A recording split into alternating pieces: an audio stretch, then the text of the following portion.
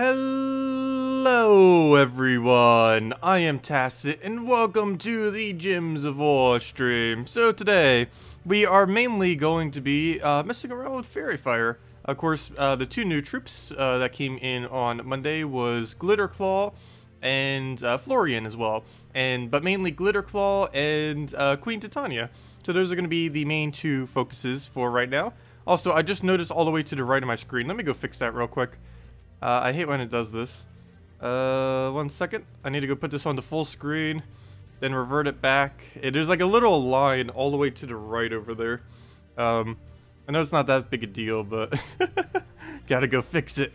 Okay, make it full screen, then make it not full screen, and make it, oh wait. I need to make it, X out here.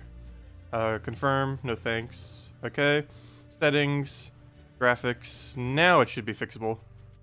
And there it is, and apply. Yes, and we have fixed it, or it should be fixed. There we go. Aha! What happens with that sometimes is, the little bars on the side will sometimes, like, move if you drag them on accident. And that is what happens. There's actually, like, programs that you can use to, disable that. I don't really ever bother. Whoa, that's a high lose rate. What is our Guild War team doing today? Whoa. Oh no, that's not too bad. 310.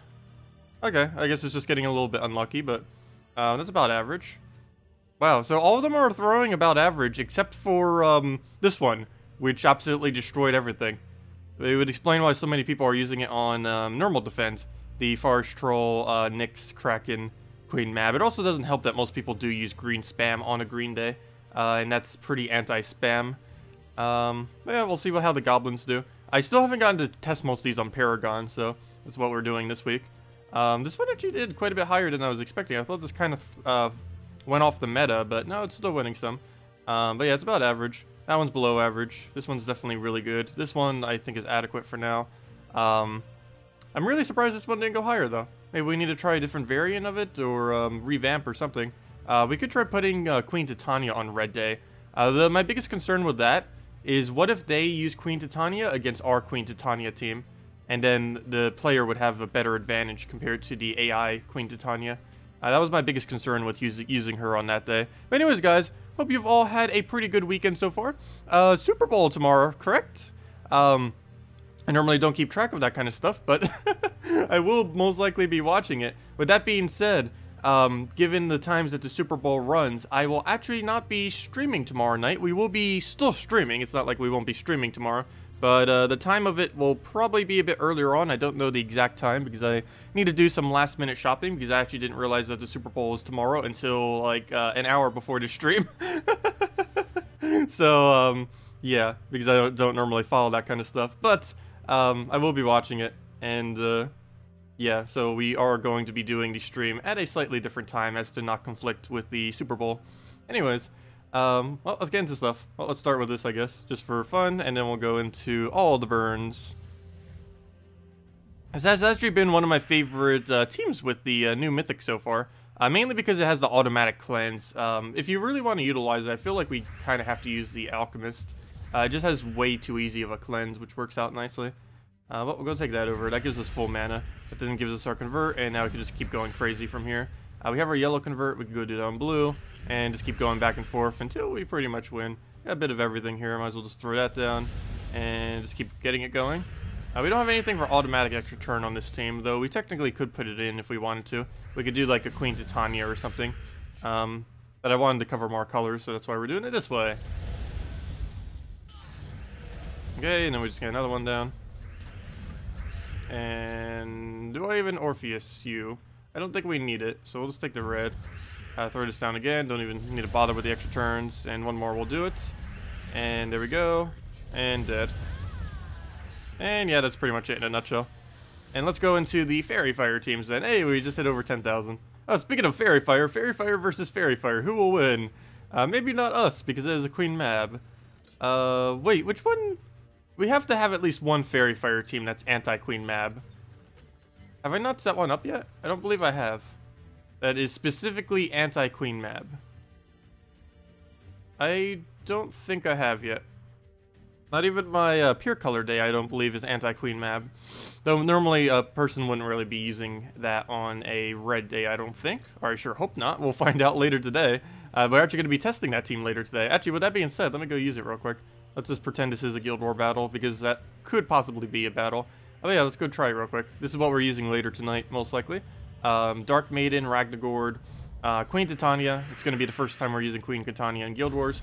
And Jotnar for the barriers, mainly. He can also one-shot due to her 50% bonus from the Faerie Fire. The only issue with that is we need the Faerie Fire to actually be on the thing we need a one-shot. And if it keeps Faerie Firing the same thing, that's not going to help. Okay, we'll go and take the red, take the green. Actually, we didn't even need the green there because we took the red first. If it was inverse order, that would have been useful, but oh well. Brown, is it worth it? I don't think we need brown that bad, so we'll just manually take one instead. We have a purple convert. That would be perfectly fine since we're going to get our explosion. We'll go get that, take every purple that we can off the board. Ideally, there'd be 13 or more reds right now. Come on, reds. Those are not red. Every single one of those is not a red. At least the red didn't fall there. But I guess we throw this just for the sake of throwing it. Even though it's not an extra turn, I just need to get rid of it. And then we go for an explosion on the browns. Get our mana up. Hopefully get a cast off if it doesn't destroy us with everything. What do we even need here? We're frozen on red, the one color we really need. So I guess I don't take it. Yellow would be good, but it doesn't give us an extra turn either. So I might as well just throw this onto... Actually, what do we throw this on? We have blue, but Jotnar doesn't really need that much mana. It would give us board clear, though. The biggest issue with that is what if he casts, which he's definitely going to. It's going to help him more. We could kill out the Queen Mab, though. So you know what? We are going to go for it. Yeah, is that enough mana? We can take the purple. Oh, the blue pair! It didn't surge. Well then. Go take that. Free skull. Which way do we take that? We take it that way? Do we have a drop for this? I don't believe so. He has alignment, but I have no way of killing him, nor a way of undoing his alignment. Oh wait, yeah we do. No we don't. There's two locations and I can't stop both of them. So, yeah. We have no way of dropping that. We don't have anything else to move. Even if we did, we're frozen on red. So I guess we try for a double red here. Let him do his thing, and we'll probably get a lot of greens. I don't have him frozen or anything either. He's going to start getting his next thing. So let me just throw down damage. Oh, wait, there's 13 more reds? Oh, okay, never mind. Exactly 13. Well, good thing I threw that then. He's going to do it regardless, though. And there he goes, trying to do that. We could throw this onto a color that we're not frozen on. The only one we're frozen on is brown and red. Green is not particularly useful for us, though. I would need this on either blue or blue. And there's no blues on the board, so that scratches that plan. Never mind, but we'll go take this skull then. Oh, there we go, Jotnar. He's not Faerie Fired, though, because he's immune, but we can just take a skull into the poke. Or another poke. Oh no, if this was Guild Wars, we lost a troop. Rip. Okay, well, luckily this isn't Guild Wars yet. But something along the lines of that is likely what we're doing today. When it gets going, it's pretty nice. The main reason I built this is for anti-dwarves, because of the barrier spam really quickly. If we can get some extra turns off of Dark Maiden right off the beginning, we get like half our team, if not the entire team, barriered, which works out. Also, hello William, hello JZG, hello Watcher, hello Iron Malt, hello Captain, hello Delton, hello Zedicus, hello JZG. What on earth is that link? Let's see. Use that team for Guild Wars this morning, and it got 5-0, 9,182. Well, that's perfectly fine. As long as it 5 zeros, that's the main thing that matters. A little bit lower on the score, but yeah, that's perfectly fine. Dwarves are really annoying. I've been scoring a lot lower on red days as of recently because of all the dwarves. There are some loop teams that can score pretty high, but they're risky. Let's see. You dropped keys and gems to get Voice of Orpheus and failed. Looks like Leonis Empire will be coming around in the event chest in 3 weeks. Yeah, it is just around the corner. Didn't they update the entire list for like a couple months now? Let me double check. How far down has they actually gone? Wait, what list are you looking at right now? Oh wait, I'm looking at the wrong one. Let me go look up the other list. Yeah, Yeah, where did you get that information from? I don't see it on either list, actually. Neither of them are updated from what I can see. Unfortunately. But yeah, if it is right around the corner, that's pretty nice, because then you can just event key for it, or at least attempt to event key for it. I wouldn't really advise that if you already have a fully mythic core Vash, though. That would kind of just be a resource waste at that point. Okay, we're going to need to go and revamp, I think, into a different Queen Titania team. For PvP, that is. But not for Red Day. For Red Day, it's going to be fine. But for PvP, we need something just a little bit quicker. More of a loop. Maybe something with a Hellcat in it. Haven't really used her much with Hellcat teams. Alchemist Hellcat, of course, works, obviously. I might just have to default to that. It's like, okay, do we need a, it's like, do we need a Hellcat? Yes. Should we just put an Alchemist with it? Might as well. Pretty much every single team I ever put a Hellcat on, it's like, yeah, let's just put the Alchemist too. Might as well get the combo. Alright, we'll take the yellow. He just drained all of our mana, though, so we're kind of in a really weird situation. I guess we Mercy just to get the one thing off us. Though we could take a red, but then he's just going to drain anyways, so we'll do that. He gets some mana. He has Gorgolfa as well. I can't wait till we get a counter to that next patch. It's going to be one of the best patches ever, just because we get mana drain counter. Doesn't even matter everything else. It's like, okay, we got mana drain counter. We're good. We're good to go. Okay, Cyan's dead, so the most annoying thing on his team is now destroyed. We'll go throw that down.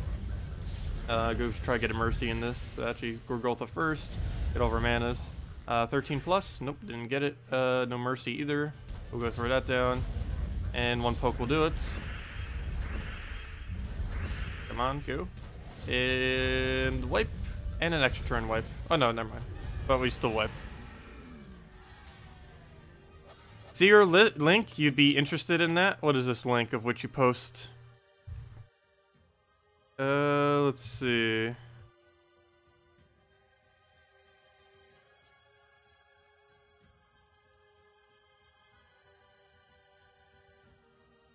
Let's see.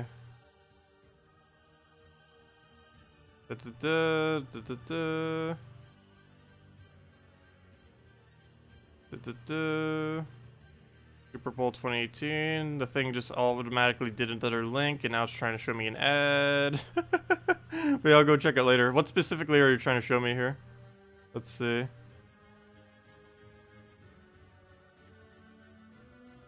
But yeah, let me know.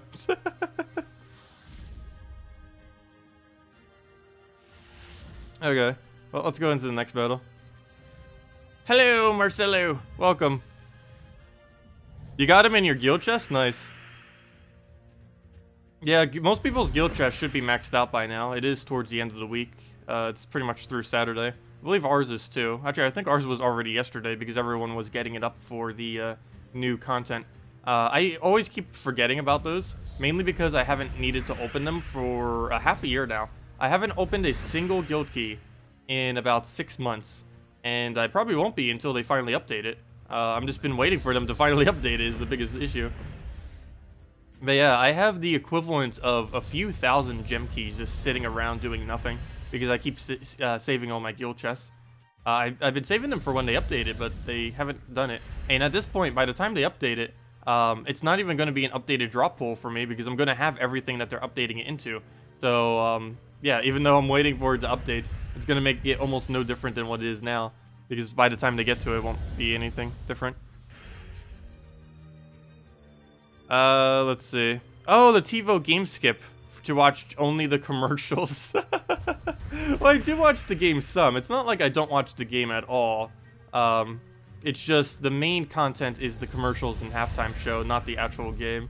But yes, that is something that interests me, so thank you for that. But yeah, I normally do a bit of both simultaneously. Okay. Kind of hard not to. Oh, okay, I see. That would make sense. Yeah, I didn't get to read it that quick. It's a bad idea to try to get me to read something live. I am a very, very slow reader. Like, ridiculously slow. Okay, we'll go throw down the Mercy. What do we need to move here? Go take the yellow to the red. Where do we even move? Red. We don't really need red. Don't really need... Actually, we need a brown or yellow at this point. Neither of which are anywhere to be seen. They're all scattered around, but can't take them. Oh, there we go. Oh, it didn't surge though. And we'll go grab that. That's weird. A random Draculus in the team. That doesn't really fit that well into what he has set up. I say that, and watch is gonna win. We'll go take the blue, take the other blue. Queen Titania doesn't have anywhere near enough yet. We'll go take that. You know, I should probably have this in reverse order for this particular team. I feel like Queen Titania keeps getting blocked. Especially with the yellow setup that we have. Maybe if we were using something like Glitter Claw here instead. Speaking of that, I should probably go switch over to the Glitter Claw team. I almost feel like that does work better than this. The Glitter Claw into a World Breaker is pretty potent. And then you just use the standard Gorgolfa in front of it for mana generation, and boom, you're good to go. Okay, still need to watch out for Famine. If he gets Famine, he can still win. Let's see. You're going into safe mode for a while, but you get many ascends to Mythics out of the burn through. Yeah, even if you do miss on keys, at least you're getting a lot of stuff to Mythic. I think I ended up getting about, on top of what we were already doing, I think I did all the upgrades off camera, but I got about 8 to 10 new Mythics the other day. Not as in like new Mythic drops, but as in ascended troops to Mythic. So yeah, we end up getting quite a few. And of course on Monday, or Tuesday, whenever it was, no, Thursday, we end up finally getting ourselves the Mythic Firebomb, which is nice because we use that a lot for Explore and such. Where's that one team? Is it this Queen Double Fire? No, it's not that one. I know I have it saved somewheres. Problem is I have no clue where it is. Oh, is it that one? No, I don't think it was. I don't think it was any of the Orpheus teams. I'm looking for the... Actually, yeah, I believe it was this team, just with an Azura instead of Orpheus. Because I was looking for the Glitter Claw team. Yeah, I don't think any of these were the Glitter Claw team. Where did I save it to? I don't think it was this one either. Or was it? No, that's the Yasmin loop for Green Day. Where'd it go? Okay, well, we'll go make it from scratch then. I pretty much know what it is. I just need to go and revamp it some. Just put it over this slot, I guess. Okay, so let's go and Gorgolfa. Glitter Claw. The World Breaker. And now we need one other troop. Now we just need to figure out what that one other troop is. Let's see. Florian, right? Yeah, we need a Florian in this. Yep. Oh, wait, I know what team that is then. We already have it saved. It's the one that says Florian, isn't it? Florian Greens! Oh, wait. That's not exactly what I wanted, though. I was gonna go place a Glitter Claw in it. That's weird. This one doesn't run with Glitter Claw. Why? Yeah, let's go put a Glitter Claw in this. It's not the same as Azura, but... yeah, let's go try this with Glitter. That's what I wanted to do. So we'll go put a Glitter in there. Boom, boom, boom. There we go. As long as we're not up against a Corvash, that is perfectly fine. Very rarely do I second slot World Breaker, but he does gain a lot of stats. Brown, yellow, brown, yellow. He works as a partial tank. I would never want to put him in first slot, but second slot's not too bad. Assuming they don't have Corvash or something else that's annoying like that. And then we put Florian there. Just because I believe the Glitter Claw's more important. So we'll go do it like that, in case they run a Kraken or something. Neither of them have immune, so... whoever's in last slot's gonna die to a Kraken. Well, let's see what we have here. Well, we'll try for an extra turn. Didn't get it, but we'll go from there. Did you have, like, 200k total troops? Yes, we do have, about 200k total troops. Let's see, while we're here. Hello. Normally I don't advertise.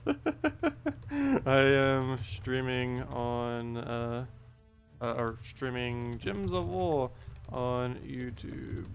Fail. I can't type. That's as a terror doing new troops. Or actually, I probably shouldn't say that because they might think I'm a dev and I'm doing like new stuff that already isn't in the game. Or yeah, we'll just do it at that. Come if interested. There we go.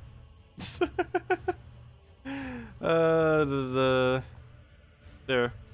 I haven't done that in global chat for a while, but I'm not doing it to advertise. I'm just doing that to click my name. Actually, I could have done that on the other screen, but oh well. I keep forgetting you can do it on the other screen. But yes, I have 207,759 total troops. So we have a lot of troops. I don't know, there is no leaderboard currently for it, I don't believe. I wish that would be something on her page. I might need to go ask her about that, if she could make a total troop leaderboard. I'm pretty sure we're top 10, or pretty close to it. I know we're very, very high up there. We're definitely not number 1 by a long shot. I believe number 1's like somewhere around 500,000 or some kind of ridiculous number. But we are pretty high up there, relative to most people with that total number. And of course we have every troop in the game at 443. And it's going to be 444 or 445 this Monday. Okay, well, let's go take ourselves a brown right there. Brown to the red. Go from there, get our Gorgolfa. See what we can do. Do we have alignment on this? No, we do not. Well, we can go through a Gorgolfa and kind of just move from there. We have our Drain. There's nothing really to do it on. Queen Titania we could, but I'm not going to get much value. Speaking about not much value, let me go take that yellow. I was going to go do like a Drain or something else, but nah. We'll go and World Breaker this. He's going to get a move. Normally AI misses with that. It's really good under player control, though. I wouldn't really advise it for defend, because it's going to hit some random color that you don't really need. This is basically a much stronger version than the new common that came in on Monday from the New Kingdom. Not quite sure why they even added that new common, given that this owl that already exists in the game is basically already what it does, except even stronger. Okay. It's a slightly different coloration-wise, but still. Same kind of general premise. So we're going to let it happen right here. I'm just going to get Faerie Fire without extra turn. Oh, that gave it way more than I wanted it to, but oh well. Go throw down the greens, don't miss. Good. And that gives us our World Breaker, and now we can just start destroying the entire board over and over again and win that way. Oops, could have taken an extra turn there if I'd taken the other one first, but we'll take that. Get the skulls. And never mind, well, we still got plenty of extra turns. And we have our alignment, throw that down again. Out of everything it hit the lowest possible HP, figures. But oh well, we'll throw the World Breaker down. Got our Drain, and we're ready to go. Go get that down. Get it right back up. Move that over for more damage, World Breaker, dead. There we go. Yeah, I think it does work a little bit better with the Glitter Claw compared to using the Azura, because we end up getting all the burns, which is nice. Okay, well, let's go start with Gorgolfa. Since we're not using an Azura, we basically have to. We don't really have a choice as far as starting up this team's mana. And we'll take the brown, get it full, throw it down, and should be good to go from here. There we go, perfect, World Breaker. And now it's just auto-win. Just a matter of applying the damage. Get the cast right there. Nothing has a high enough mana yet, so we'll just throw that. Nice, nice. Wow, we actually got a recast. And there we go. Yeah, it's amazing how much quicker teams can win due to the new troops that came in with Faerie Fire. The art collection has been accumulating for about 2 years now. I've been playing since the game launched a little over 3 years ago, but it used to actually be viable to disenchant stuff a long while back. These days it's not, which is why no one bothers doing it. But when the enchanting or the disenchanting system is an extremely dated aspect of this game, back when there wasn't any ascension at all, like literally zero. So all your extra troops, you would beyond like 2 or 3 copies, you would essentially just disenchant because there was no use for it. But then they ended up making a change where they added ascension and all that kind of stuff. And it's actually probably one of the most controversial changes they ever made, or at least at the time, anyways, compared to other updates that they did. But yeah, they basically made it so it went from you only needing like 4 copies of a troop up to needing like 190 of commons and other stuff like that. Though there was like an excessive surplus of troops in the game though, because there was no sync for them, and then they ended up making a sync for them. Okay, well, we'll go take the skull, throw the World Breaker down. Get that one barrier getting in the way, but it doesn't matter, we just got it right back up. Throw it down again, another World Breaker, and pretty smooth, and down it goes off a skull. Wow. I think I found my new favorite team for PvP. Too bad it doesn't have soul gain. I hate that every single new team I keep making doesn't have soul gain with it. Mainly because it's such a nuisance to try to fit it into a lot of quicker teams. You either have to decide if you want some souls but go slightly slower, or just go all in for the win. And right now we're kind of just doing the all in for the win. Oh, well, I guess we're slightly farming too. We're getting 2 times trait stones off of Florian, so it's not like we're completely wasting it. So at least we're getting that, if nothing else. Can I get a brown here? No. But we can take that one. So scope poke. We are not frozen on green, surprisingly. So we can go take that. We are frozen on purple, however, so we gotta either go throw that one down. And do we have alignment? Yes, we do, surprisingly. And that goes straight into World Breaker, and now we can just World Breaker. That gives us Gorgolfa too. Actually, we already had it, but let's go past it in a second. We just cleanse at perfect timing. Only 7. I don't think that will work. I'll give it a shot. Nope, didn't work, but it did bring us to full mana at least. So we'll go throw that down. And another one. Go Kraken. Didn't even matter if it died. Well, I guess it would have, because it would have lived. But, oh well. It didn't, so it doesn't matter. So you got all 9 troops and leveled them, minus a few final traits, but only have 3 stars on the kingdom. Yeah, you need to make sure you get the leveling on them. Oh wait, never mind. You 9 troops and leveled them. Well, you need to make sure you get the traits on them. Traits make up for quite a bit of the points. And that's probably what you're missing on them. You need to make sure basically everything ultra rare and lower is fully traded. Everything else has at least its first trait. And of course, you can also just fully trait anything that you're actually going to be using. For example, a Queen Titania would be a pretty good idea to fully trait. Possibly even the Glitter Claw as well, if you can afford to do both. Yeah, definitely make sure to do the traits. That makes up more points than... actually, it doesn't make up more points than the leveling, but it does make up a pretty substantial amount of points. The leveling, assuming you get it all the way to Mythic, I believe is a total of 200 points. Whereas getting all 3 traits should be 75 points each. And of course that starts adding up if you haven't done like any of them or barely any of them. Oh, that was what it was then, yeah. Yeah, you get an extra HP from it. It's not that big a deal getting extra HP. Nothing really boosts ratios off of it very well. But of course it's the most defensive stat for staying alive. So having an extra HP could come in handy here and there. Whenever you see yourself survive with 1 HP, you'll know that 1 HP helped you live. That's how I always see it. Okay, we'll go take the blue right there. We don't have anywhere to throw this, so we're not going to bother. We can go for a yellow, not really that good. Red, don't have. Green, also don't have. Excuse me. Don't start the hiccups again. I ended up getting hiccups yesterday on stream. It didn't last that long, but I don't know why I've been getting hiccups lately. Well, we'll go throw down the World Breaker there. Hopefully get alignment here for the cast on an extra turn. Well, it's not an extra turn, but we get a lot of mana. We'll do that. Also hit the most annoying thing on his team, so good. The Infernus. I'm still curious if they're going to cut down Infernus next patch. They haven't stated if they will or will not. The only thing they mentioned is that Infernus is above average on win rate and usage and everything. Actually, I think they said it was like one of the highest 10 or something. Normally, they cut back anything that ever becomes really huge for a long duration of time.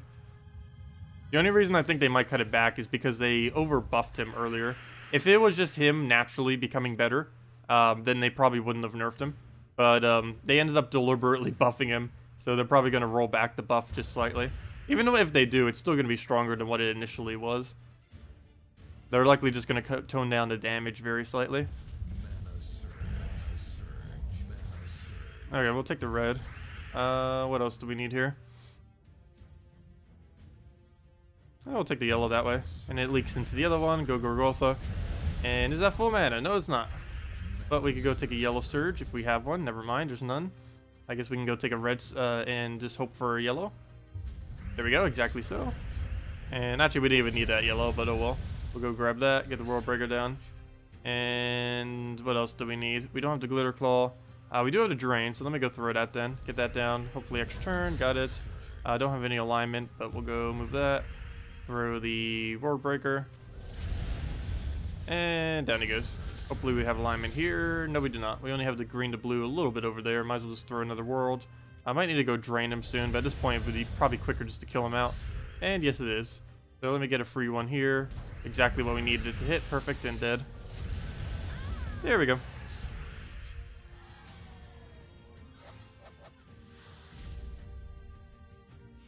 If you're low on resources, better to 5-star kingdoms you have. 10 plus troop first. Yeah, it's always good to do it on the kingdoms that you have at least 9 plus. Or 10 plus. Of course, the more you have in a kingdom, the easier it is to get to max. Which means the longer the game goes on, the higher the standard of stats will be in the game. 5-star kingdoms used to be something like really special that barely anyone had. These days, it's basically the average player pretty much has, I wouldn't say all of them, but a good number of them. Because after you've played for about 100 hours or so, you are getting to the point where you are starting to get into the theme of starting to seek out 5-star kingdoms.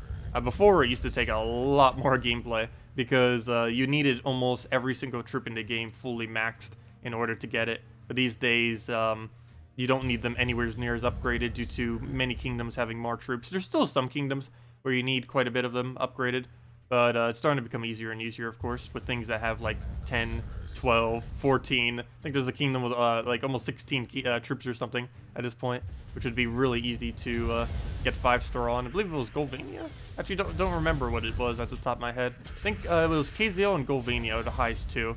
So whichever ones are 9 stars right now are the ones. Oh gosh, goblins, please end your turn. It's like turn 2 right now. There we go. Oh no, but you haven't ended it yet. Let me take a sip of water. This might be a while. Okay, never mind. He ended it. There we go. Let's see. We need an auto freeze. We need something that like automatically freeze every enemy at the start of battle kind of troop. Okay. It doesn't get to do anything else. It just gets it right at the beginning. We'll go throw that down. I think we're still going to win even after it did what it just did. Hopefully Gorgolfa doesn't die. It's not a big deal if it does, though. It would be more annoying if it actually summons, because it will get it in the way with the summon. Okay, good. It didn't summon. Oh! I need Wardbreaker not to die. That'd be good. I kind of need him to live to even have a slight chance of winning this. Let me go for this. I don't want to miss, so... Ooh, I can't hit that, so we gotta hope for an extra turn. That is not an extra turn. Also, thank you, Joe Perksy, for the subscribe. Much appreciated. Yeah, I hate goblins so much. We'll go and throw that down. I can't remember a time when goblins weren't really good. Actually, I shouldn't say that. They were actually pretty bad before Fizzbang came out. It was Fizzbang and Grapplepot when they both came out simultaneously that made goblins annoying again. Because everything prior to that, they were kind of tame.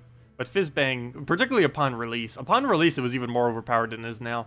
Yeah, upon release, it was for like 2 or 3 days until they realized, oh, this is so ridiculously overpowered. But when it initially came out for a few days, it was explode all green gems and increase a random skill on a random ally by 21, or on whatever its magic +1 is. So, yeah, I got both of them instead of just one, which was ridiculously strong, having a 100% chance to explode like that. It was way too powerful, and it got rolled back almost immediately.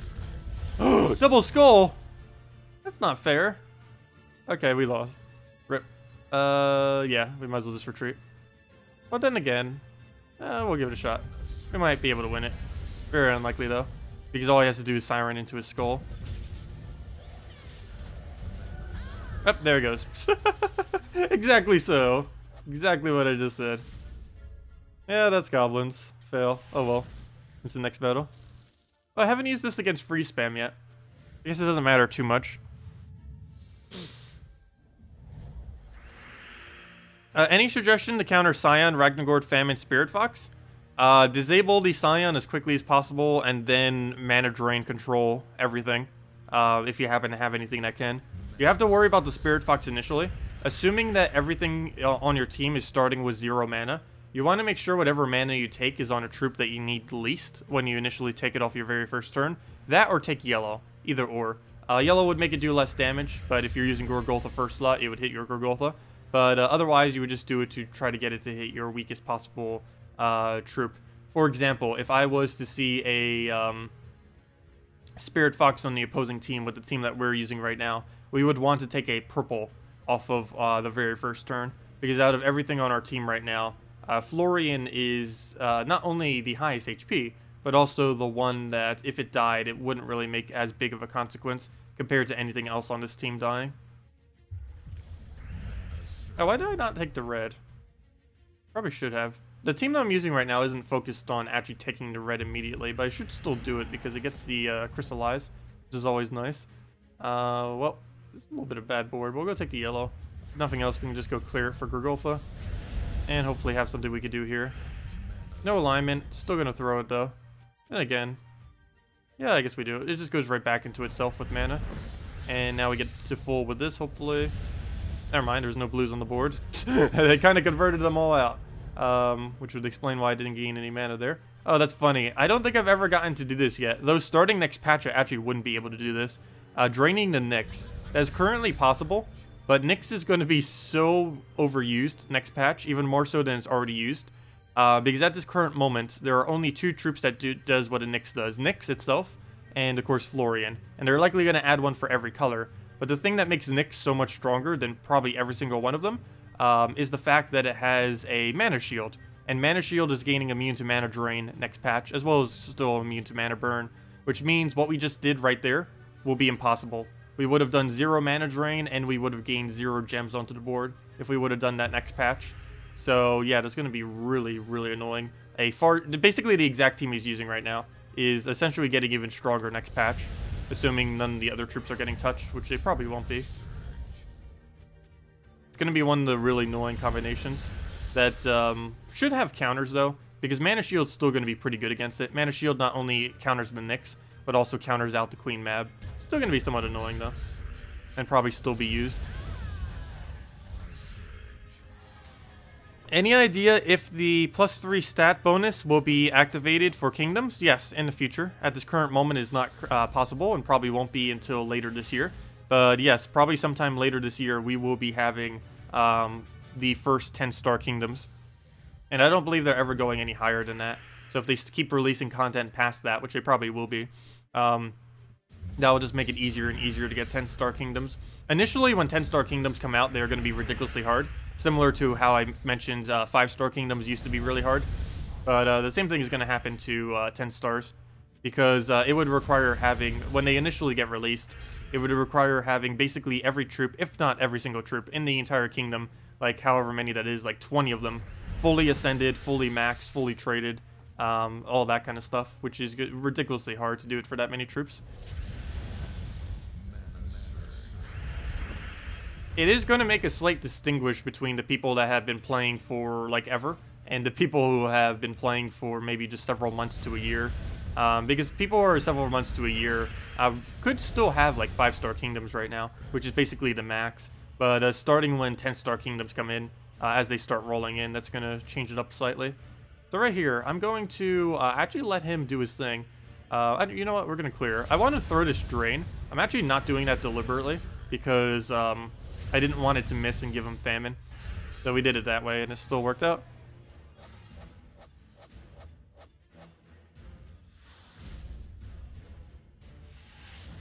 Yeah, I know. 10 more. It won't be 10 more magic. It only gives +1 more. It's only going to give us +1 on every single kingdom.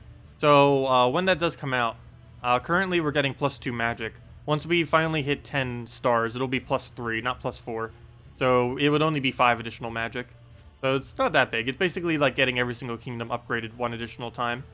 And it's going to be a while before that even comes in. And when it does, it's going to be rolling in very slowly. At minimum, it's going to take like 33 weeks. Because by the time they start reaching 10-star kingdoms, there should be about 33 kingdoms. There's 31 right now. The 32nd's already basically developed. And I'm pretty sure by then, by the time they start hitting 10 stars, the 33rd will probably be out. Maybe even the 34th by then would be out. And of course, since they only run weekly event things, unless they're changing it up, it's going to be a while until we get it for every single kingdom. Okay, anyways, but yeah, the 2 highest kingdoms that are the easiest to 5-star right now, as I mentioned, are Golvania and Kazel. I believe these are the only 2 kingdoms in the game that can be 9-starred. Don't believe there's any other one. No, there's a lot of 8 stars, but no. Those are the only 2 that can be 9-starred. A 9-star gives you a little bit extra tribute, which is nice, if I'm not mistaken. I believe that's the extra tribute chance to give it to 30% instead of 20. Once every kingdom gets that, tributes will be even more than they currently are. Actually, I believe I could get like 100 gems for free, if not more, just by checking my thing every single day, or every few hours every single day, to get the extra rewards once everything has triple tribute chance. It's going to be pretty potent, every kingdom having 30%, because the amount of overlap you would end up getting would be ridiculously high. Some things like 12 plus tribute would probably be the normal once we get to that point. Not to mention more and more kingdoms keep getting into the game, making it even easier to get those. But yeah, Golvania and Kazil are easily the two easiest kingdoms to go get maxed. I believe they're both an HP kingdom too. Yeah, Golvania's HP, and Kazil should also be HP. That or armor, yeah, it's HP. So both of them are HP kingdoms, so you can get a lot of extra HP that way. By a lot, I mean 2, but still, 2 can be a lot. If 2 HP keeps you alive, then it was a lot of HP. Okay, we'll go and take the Brown over. Take the other Brown. Get it to full mana. Take the greens. Get that Faerie Fire down soon. Actually, don't need it at the moment. We'll try for a Brown here. Didn't get it. Well, we got a Brown, but it didn't land where I needed. Had a feeling it wouldn't surge. We actually would have been fine if it surged, but it didn't. So we didn't. And we'll take that. Did we get a surge this entire battle yet? I don't think we have. We took like 4 pairs, not a single one has surged. And we're up against goblins too, which is unfortunate.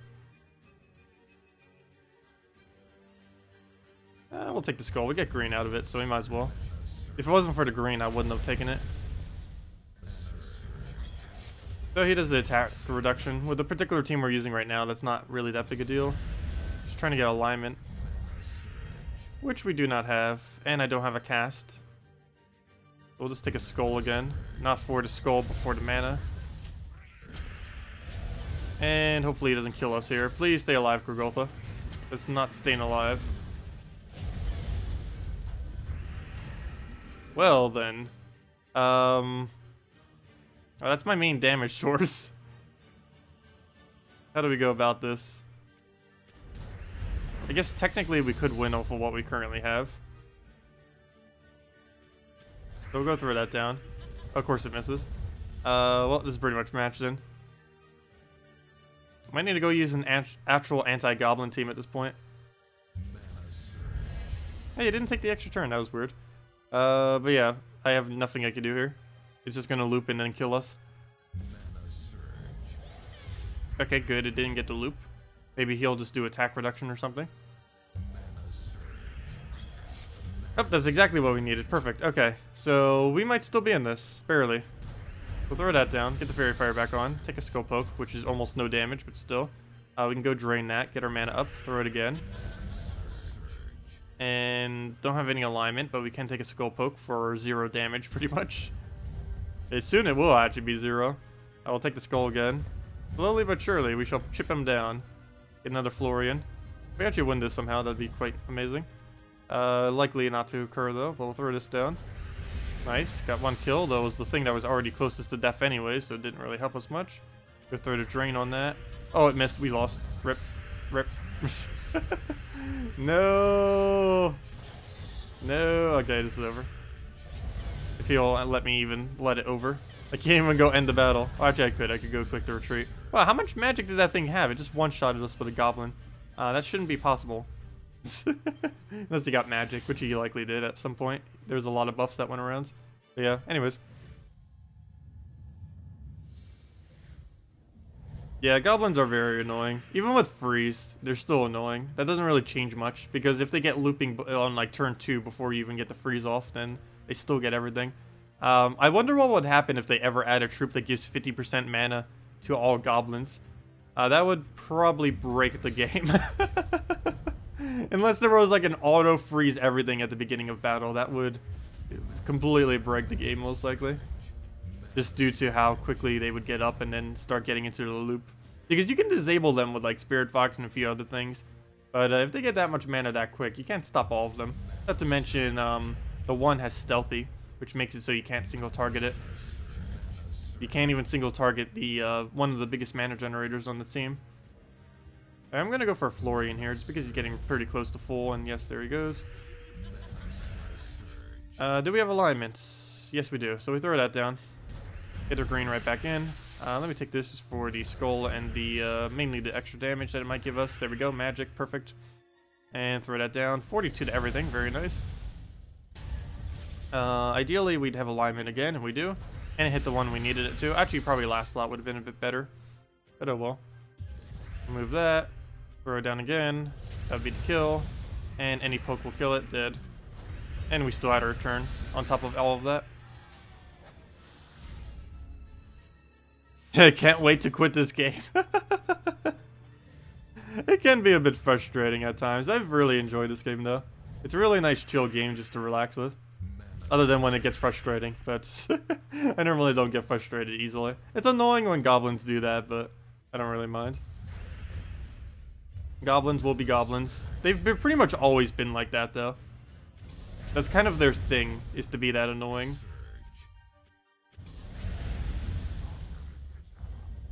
Okay, well, we'll go and let's throw that down. And that gives us World Breaker. Also, why on earth is the team he's using right now? And we'll throw that down and dead. That's like all the teams that face you being very annoying. I don't find every single team to be ultra annoying. Most of them have counters. The only other mechanic I find to be really annoying right now is mana drain, because there's no counter to it, but that's coming in next patch, so that'll fix the fact that there's no counter.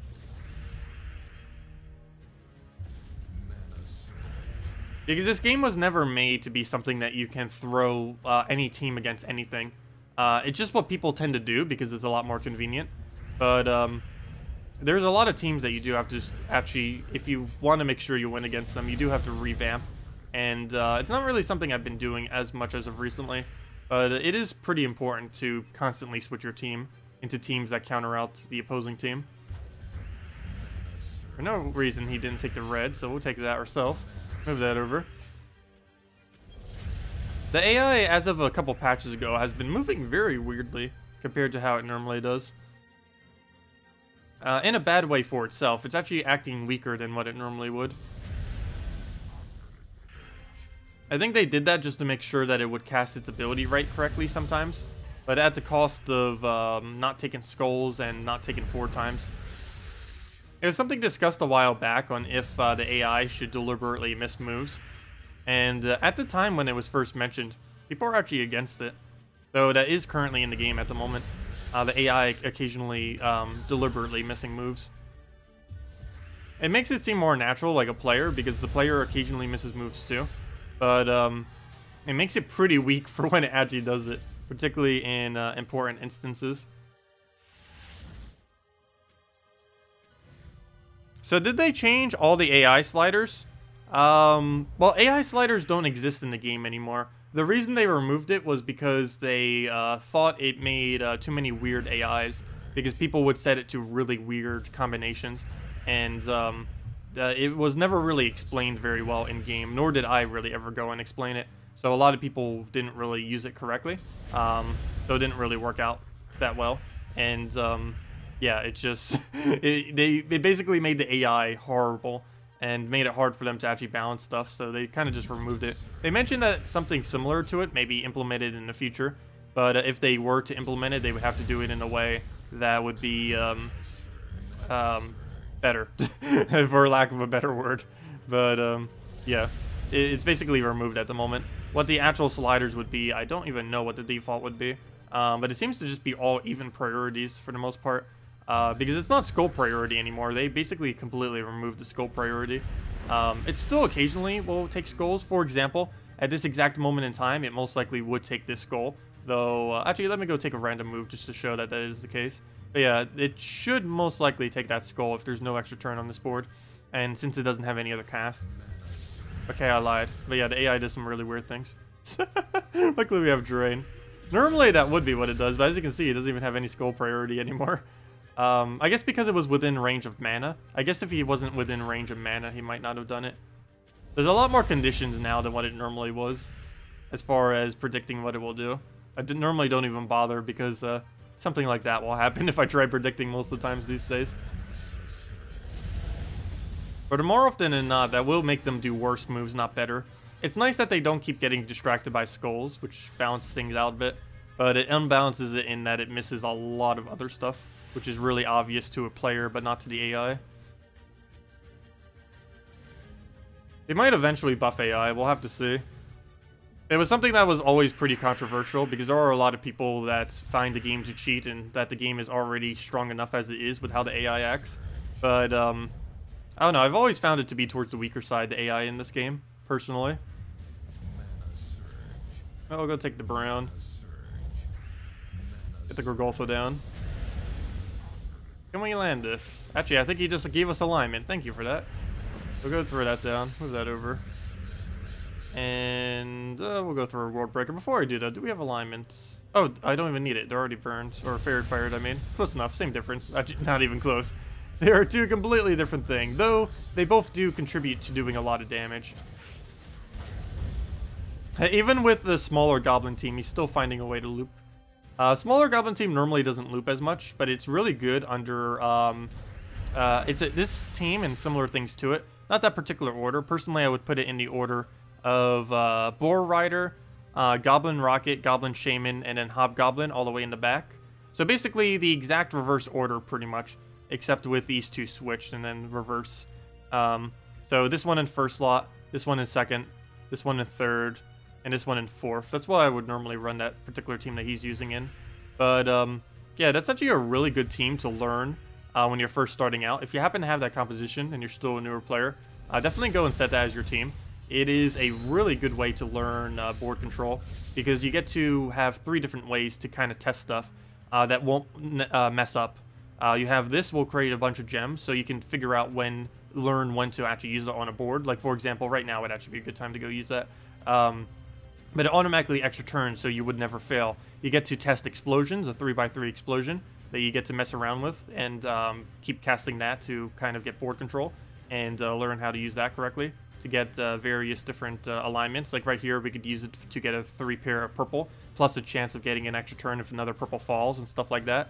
And you get the Boar Rider, which you can use to remove out a row. And the fact that it gives an extra turn, you can use that for a couple different things. You can use it as you normally would in a remove a row to take something like this yellow right here. But you can also use the extra turn factor to get rid of this row and then have an automatic extra turn right there, since it'll be green, green, green, and then green.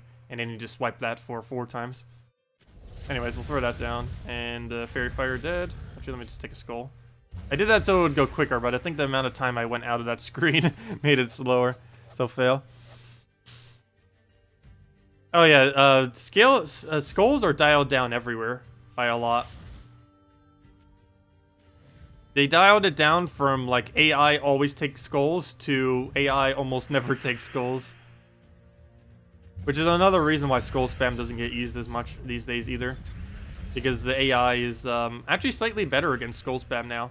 It's a little bit weird, because they did so many nerfs to skull spam that one of the indirect nerfs was the fact that they also changed AI to not prioritize it as much.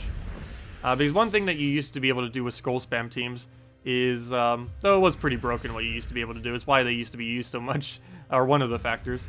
Now there's a lot of attack reductions too. There's many factors going into why skull spam's not really viable anymore, currently. But basically, bottom line of what I'm trying to get to here is I already lost my train of thought. Let me see. Skull spam. What did I want to mention about skull spam? It had to do with the meta thing with the skulls. But, oh yeah, you used to be able to just skull spam and then the AI would always get distracted off the skull. And you could basically just put a strong tank in first slot, and then the AI will just keep taking skulls, and you could just win off the fact that it keeps hitting like a Gorgolfa for skulls, and you can keep making more and more of them and getting distracted by it. So you would never, the AI would never be able to do anything other than perpetually hitting a tanky troop, and it would just make the AI so horrifically bad, since you could bait out skulls constantly, indefinitely, at 100% rate, because it always did the same thing every time. That's one of the main reasons why they kind of revamped it too. Anyways, what did I miss off you, Plumpko? Let me know. You have 2 teams for you to try. Dragon Soul, Umbra Wolf, 2 times Farish Ra, and Sunbird, Queen Titania, Titania, oh, I read that twice. Queen Titania, Ragnagord, and Ketris with Orc Banner. Sure, I can go do that. What do we even have here? We'll go move that over. Tried for the purple, didn't get it. We got a bunch of other cascades though, which work out. We'll try for the extra turn right there. I mean, not try, we get the extra turn right there. Go throw that down. And throw another world breaker at it. And he'll let us go. And throw another one. And there we go.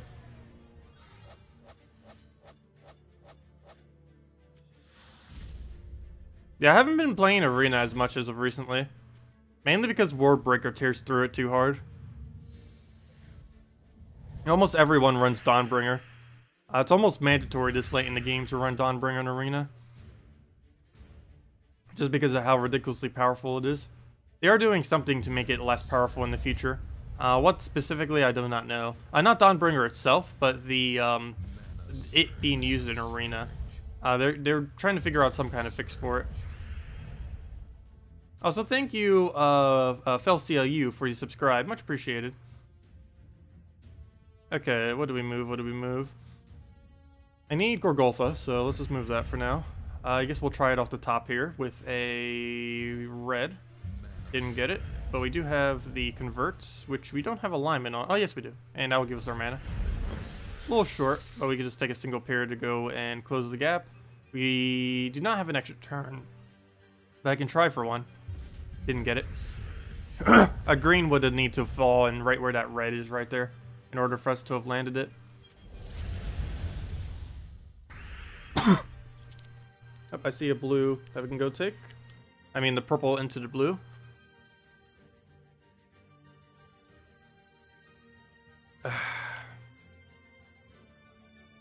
Okay, anyways, let me go and move that over. Take all that. Get a world breaker down. And I probably should have drained it, but oh well. It died anyways, so down it goes. Okay, let me go do those teams that you were mentioning. What is my current Red Day team? Oh yeah, we're running with this for our Red Day team. I haven't tested it yet in Guild Wars, but we have tested it in PvP. Dark Maiden, Rag, Queen Titania, Jotnar. I made this as a anti-dwarf team, is the whole reason why I made this. Everything it does can hit dwarves. Dwarves can be fairy fired, dwarves can be protected, or can be stopped with barrier that he has. And yeah, that's basically the whole premise. We end up getting the fairy fires too, which may be able to give Jotnar one shot possibly. Though it's pretty bad at one-shotting the dwarves, though it can pretty easily one-shot the Siren on a dwarf team if they happen to be using the Siren variant. I use the Siren variant for... Actually, do I use the Siren variant at all these days? I don't think I do. It's pretty nice for trying to get quick mana. I don't believe I currently do, though. Oops, that's not where you check it. Go to Guild. Go to Guild Wars. Defend. Am I running Siren on any of the days? That's one of the days that you might run it on, but I'm using Nyx instead. Yes, I am. I'm throwing it on Goblin team, though, so I can't use it for Dwarf team. But yeah, sometimes you'll see a Siren on this team instead, so that it can get the quick poke into mana. It also makes it so the team covers every color as well, which it normally wouldn't do ever without a Siren or something else. But yeah, I find it better to be on the Goblins anyways, so that's what we're using it for. Anyways, let's go check our tribute. Go to those teams that were mentioned. Oh, by the way, I wanted to save this one mail from earlier. It's nothing like too special, but we got a Dragon Soul! I know that's like not really that much, but it's always cool getting a Dragon Soul just randomly. Wish it was something we actually needed, but oh well. Anyways, what was the other thing I was gonna do? Oh yeah, the two teams. Let me go do that real quick. What happened to Wisp? Wisp got nerfed in two ways. Its mana and its traits. So it basically stopped getting used. Also, Azura came in soon after it got nerfed. So everyone just started to switch to using Azura instead. So yeah, basically everyone just uses Azura now. It ends up working out a lot better anyways. And you get more mana generation and everything like that. Okay, let me go and switch my team. Let's go switch over to suggest the team slot and go do the two. Let's go do the stronger one of the two suggestions, the non-soul farming one. Sunbird. Get that in there. What else do we need? Sunbird. Queen T. So we have the mana conflict already, but that might not necessarily be bad. Rag and Ketris. Interesting. That's a lot of red. Where are you, Ragnagord? It would help if I type in the right order. And Ketris. Personally, I don't really bother with Ketris in Guild Wars. It's really good. I might not use Ketris that much, but it's actually a pretty decent troop ever since they gave it the half damage to adjacents. You throw it on second, you throw it on fourth, then you win. Main reason I don't throw it in Guild Wars is if it loses too much of its stats, you can't really come back. Generally in Guild Wars, you want to have troops that can come back from anything, regardless of the situation. And Ketris the Bull, Rowan, and stuff like that are not able to come back easily. Basically, if you start to lose with them, you just automatically lose. Which generally you want to try avoiding in teams for Guild War purposes. Does he even have immune to Devour? He also doesn't have immune to Devour in case they're running Kraken. Pretty sure no one's really going to be running Kraken on Red Day though, but you never know. It could be a thing. There could be that one person that just randomly does it at one point. Did I accidentally combine two different teams? I don't see what you're going for with this. Exactly. Well, I guess we take the brown first. Oh, oops, I set the wrong banner. Fail. I need a brown-red banner, not the one I set. That would help. Okay, we'll try it again with the right banner afterwards. Though we wouldn't have full mana regardless right now, because we didn't surge. So I guess, never mind, it wouldn't even matter, because at the point that we currently are within this battle, it's basically going to be the exact same, since we didn't surge. Alright, we can remove that entangle just by casting, which I might do. Yeah, we do it. That also gets our armor back up, and he'll just hit that. I'll take our brown. And yeah, regardless of if we had the +1, we'd be full mana in this situation right now. So we'll go take the reds, get our explosion, get more red. We have the firestorm going. Not enough reds on the board though. But we'll go throw a Ketris, throw down an AoE, and go from there. We'll throw that right there. And we get our kill. We can now throw an AoE if we so choose, though it's not for an extra turn, so I think I will wait. Let me throw a Sunbird for now. And okay, I see what you're kind of going for then. I didn't realize that has that much damage. Wow.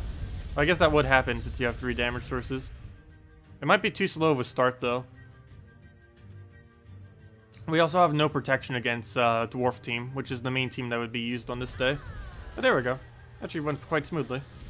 I didn't even use the right banner. Let me go try the other one. Dragon Soul. Oh, it's a soul farming team. I'll still give it a shot. Let's see. Dragon Soul. Umber. Too bad we don't have a +1. I wish there was. Actually, there is one. I was just about to say something that already exists. Azurus. I was gonna say a +1. Actually, no, that's not correct. We need a +1 red that has necromancy. Currently, the only plus that you have on necromancy is purple, which is a bit weird because it is possible to have like almost all necromancies are purple and red related. Yet there's a +1 for this, but I don't believe there's a +1 at all for the other one. If we go type in necromancy, I don't believe a single one of these have Firelink on them. Yep, not a single one currently has Firelink at this current moment in time. Oh, anyways, let's just go get Ferris Rose. The reason you need a red instead of a purple is not that big a deal, but it makes it so you have the quicker Dragon Soul. It's not really that important, though. Because you can still kind of do the same thing with purple if you take a purple and then a red. But still, it's more convenient just having a 1 and 1 just to have it nice and even. Because that makes it mandatory that one of them has to be a purple. Whereas if you had the +1 red, they could both be red and you could still get away with it. Or I should say a +2 total red. When you only have +1, that ends up happening, which is why you need the other +1 red. The only way you could do that is if you put something that has a Firelink in somewheres on your team. The biggest issue that occurs with that, though, is the fact that you don't have anything else like really assisting you there. You're basically just using it for the link. Similar to how we're just using the Umberwolf right now, just for the trait. Yeah, like stuff like that. That's the whole reason why you need the +1 red. Because this is what ends up happening. I normally don't run it on most of my teams. But that's always like the most frustrating thing normally with a Dragon Soul. Is when it's stuck at 15, 16. And that happens a lot if you're using +2 purple, +1 red, -1 yellow with no other assisting +1. Alright, we're gonna move that down. Finally, we get the full mana on it, so we'll go start throwing this down. And start getting Faerie Raws. If he'll let us. We could actually win before we get to do anything. This is why I don't ever use double Faerie Raw. Actually, I've barely even been using single Faerie Raws recently. Well, we still have a chance of winning. Go throw this on you because you have the highest damage. All the extra turns which we can't use. And there goes our Dragon Soul. Which also means all of our mana generation. Once that dies, we kind of just don't have any.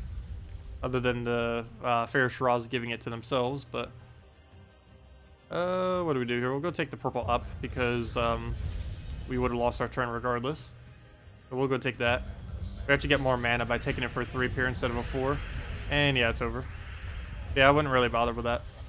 Oh, every single Faerie Raw team in existence, regardless of what double combo you do, is not really worth it. Even if we went down the route of doing like a Queen Aurora or something to give us the manas we need, that still wouldn't be enough. Actually, just for fun, let me go do it real quick. Queen Aurora, fully traded. Put it right there. And hey, it's still pure purple as well. Let's go run this for Guild Wars! No.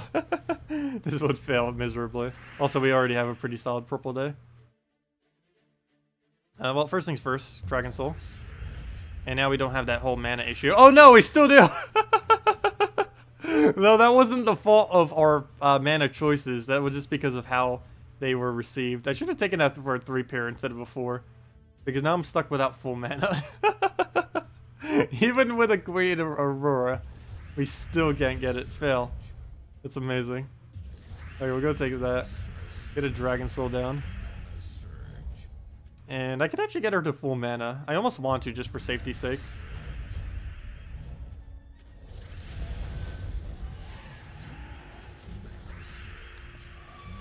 Don't you dare. Okay. That could have been worse, but still was pretty bad. We're frozen on purple, so let's do this on red. That gives us some barriers, which we're definitely going to need. Yeah, I don't think this has anywhere near enough damage. I don't know what level range you're throwing this at, but... we do get the one-shot Faerie Raws, but it's going to take us so long to get to that point that we're almost going to be dead by the time we reach it. Oh, also we just missed. That's not good. Also, thank you, the cutest Umbreon ever, for the subscribe. Much appreciated. Go throw down the Dragon Soul. Umbreons are pretty cute. I haven't been following Pokemon, like, at all, though, as of, like, the most recent stuff. I kind of stopped following it after, Diamond and Pearl. Everything post Diamond and Pearl. I forget what generation that is. 5? I don't even know. They're probably up to, like, almost 10 by now, as far as generations. But, actually, probably not that high. I think it's like 7-ish. I don't even know. I've stopped following Pokemon for a little while now. Okay, we'll go throw that one down. What do we even need? We'll go throw it on purple. Get that going. Get our barriers. Oh, it just drained a huge thing, and now... well, at least Dragon Soul is immune to this. It's going to be weird when Dragon Soul no longer is a Queen Mab counter. Currently, it counters Queen Mab, but starting next patch it won't because they're getting rid of its mana drain. Oh, there goes a lot of our HP. And you'll end your turn. That'd be great. There we go. Well, we're not frozen on that, so we can go take that, get some extra HP. Same as this. Take the same thing. Get a Scold that does 0 because we're entangled. I guess we kill that. Actually, Queen Mab's probably the biggest threat at this point. Once we kill that out, we technically win. But the amount of time that it takes to win this battle is definitely not worth it for the extra souls. Might as well just be soul farming separately from PvP. Which is why I normally just do it exclusively like that these days. Most teams do end up ending up very similar to the situation we have now, where they might work occasionally, but more often than not, they're going to get completely rolled eventually. And that brings the biggest issue of you might as well just be doing it in a battle where you know for sure this will never happen. Which is what Explorer is for. Actually, not even Explorer. You can do it in challenges. Well, I guess you could do Explorer too if you really wanted to. Soul farm. Faerie Raw can soul farm basically anywhere, so it doesn't really matter. Just using double him is quite a bit slower in PvP due to the strong combos. Unless you can get them going really, really quick to start one-shotting everything, it's normally not worth it. Too bad he didn't have Mana Shield. If he had, like, Mana Shield instead of Undead Bond or something, that would actually make him really good next patch. Oops, I meant to take that 4 times. Apparently, my swipe doesn't want to go where I want to go. Go move that. I've had that issue ever since they switched over to Unity. I didn't have that issue a single time prior to that. But then when they switch over to Unity, I keep having, like, weird swipes here and there. And I'm pretty sure it was the Switch, not me just getting worse. Though it could be me just getting worse, though I highly doubt that is the case. We'll go throw that down. Because it doesn't happen in Puzzle Quest when we play it. Actually, speaking of Puzzle Quest, we will be doing that later today.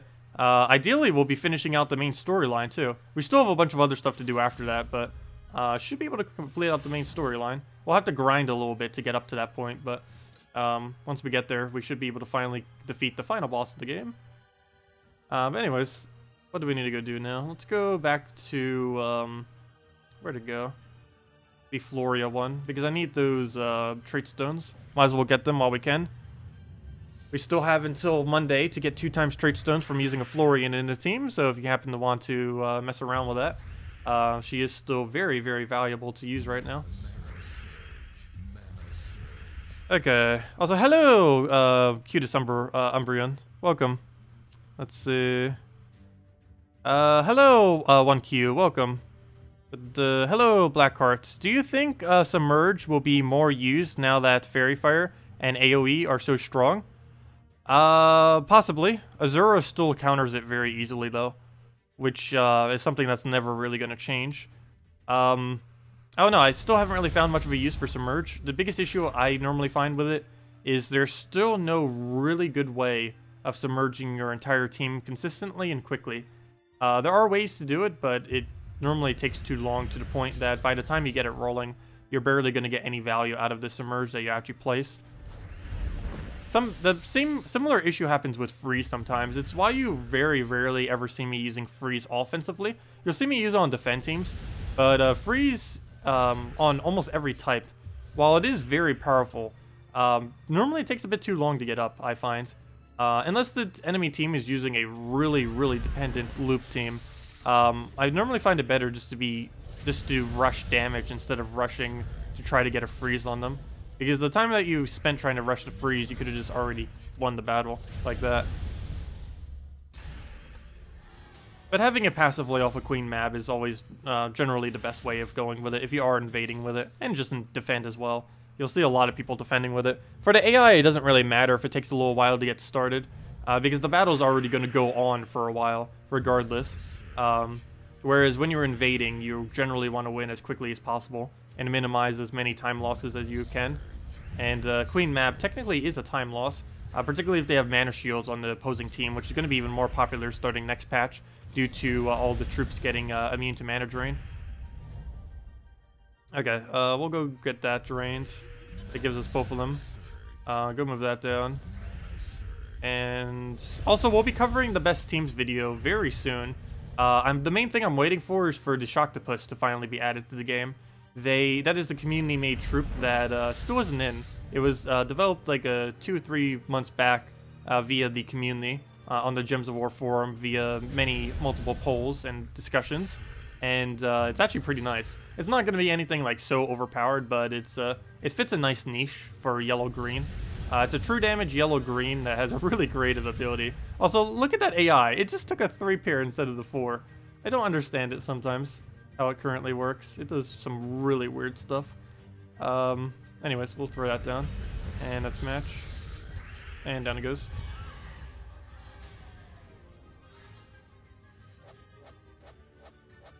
Let's see. Hey, Celestial Trait Stone. A double Celestial Trait Stone, too. Very nice. Just reading through chat at the moment. What is this link of which you post, GCG? It says 404 not found on your link, because links love to not work on YouTube for whatever reason. Hello, Sean. Welcome. Let's see. Let's see. I know, YouTube really hates links. I don't know why. They've become like anti-link or something. It just doesn't like to work in this chat, though. There are ways to kind of make it work. I find it really weird that the redeem code one works for whatever reason. It's something about the link. That has to be like a special way for it to want to work on YouTube in the chat. Yeah, I don't know, it's just really strange. What I find to be even stranger is that in the little section below, all the links always work perfectly, like in the description of a video. But then if you go put it into the chat of a YouTube stream, they almost always not work. Very, very rarely will one of them work. I think they somewhat do that for protection purposes, just to make sure no malicious links are sent or something. But, because obviously it's a lot easier to do a malicious link through just like a chat than it is to do it through the normal comment section. Because there's actually almost no filter on the chat that is on YouTube streams. But there is a filter that goes through all the comment sections on YouTube. It's really weird because it's almost like two different like entities. The YouTube itself and then the YouTube streaming side.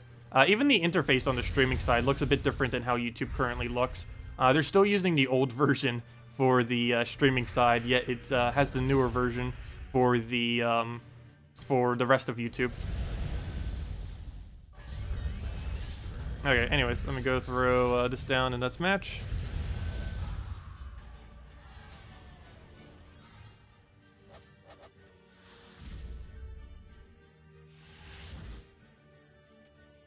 Yeah, if anyone has anything you want me to go over, just let me know.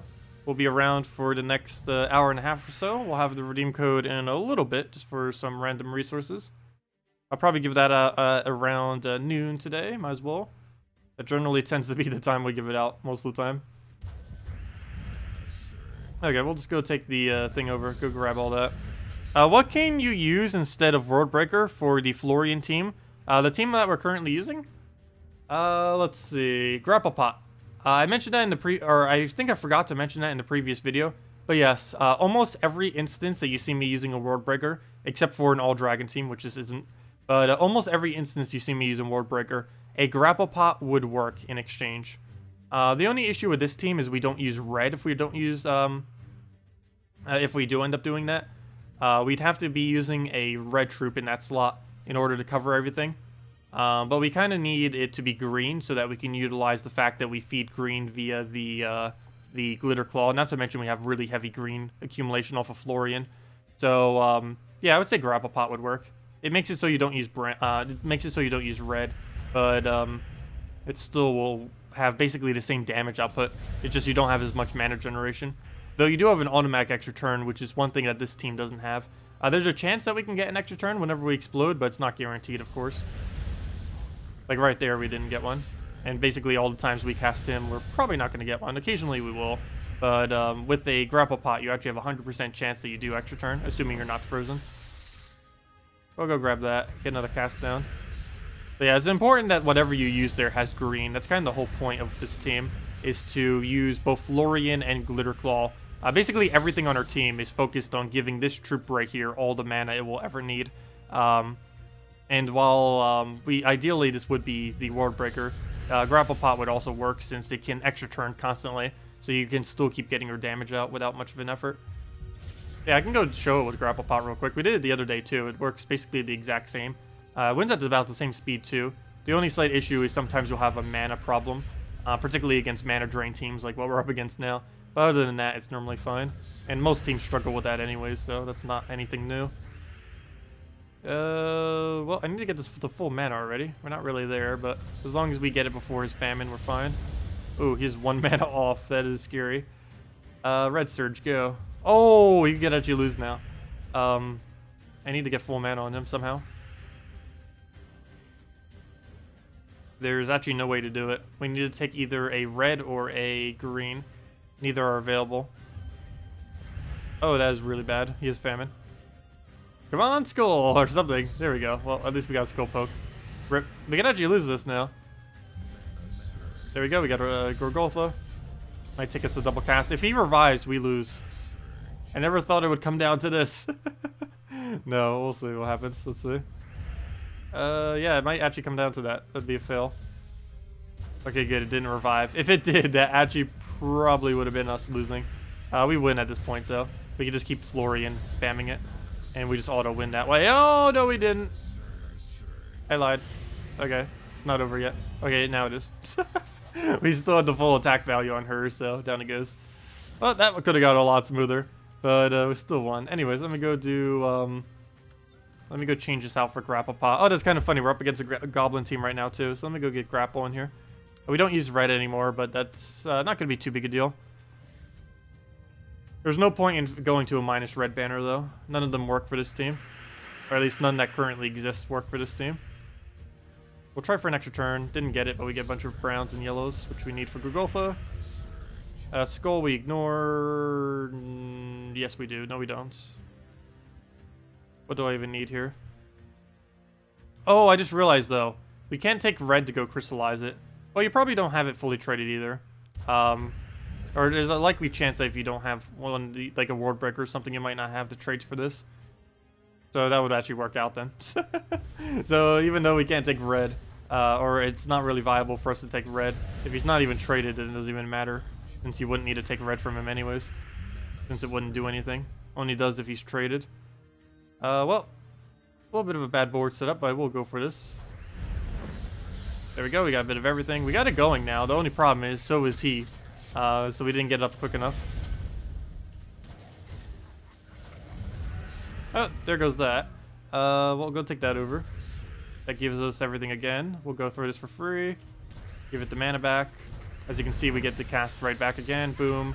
And you can just double cast like that. Which is why I said the damage output's basically the exact same. And then we can just do that.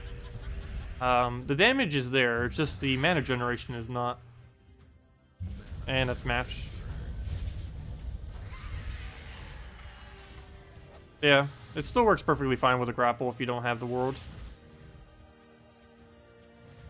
Hey, a non-full goblin team. Thank you for that. A partial goblin without full goblin. Oh, never mind. Oh, never mind. I thought there was 2 or 3 troops less. Never mind. It's okay. It's basically the same thing we just faced, except without the annoying siren start. Never mind. Okay, what's the backup plan here? I want to take that brown, but it doesn't look like it's worth it. I guess we take the blue and try for a red.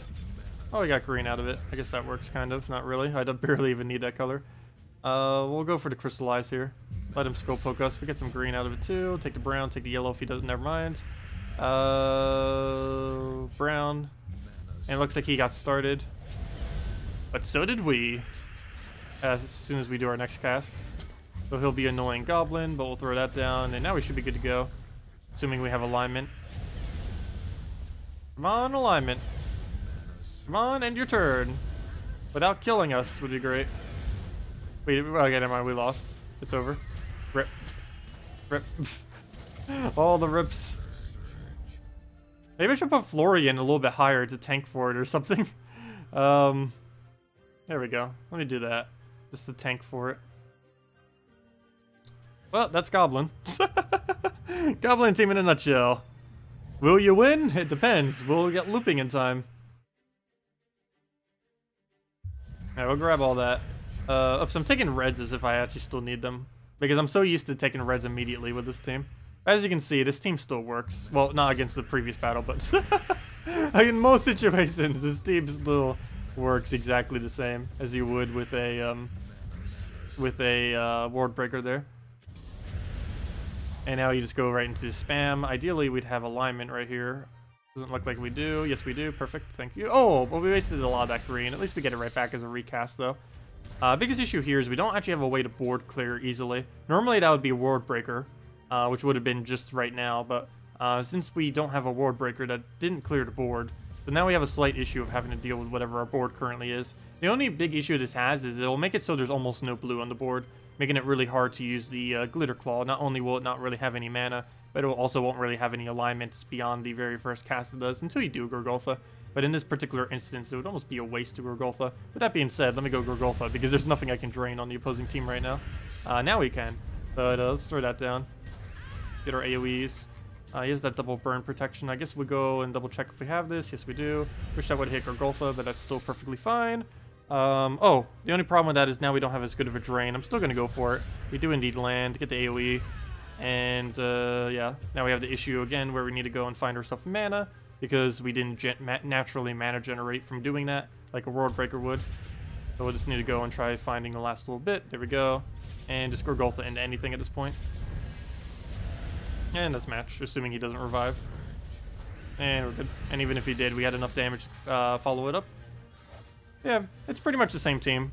It has a little bit more of a mana problem, but it works. Also, it'd be worse against Queen Mab since you would automatically lose your turn. Whereas a World Breaker would still get quite a bit of value even if it was frozen. With that being said, let me go back to World Breaker. Though, I don't know. Should we switch it like that? I think I'll keep it like that, actually. We'll go with this. Instant battle.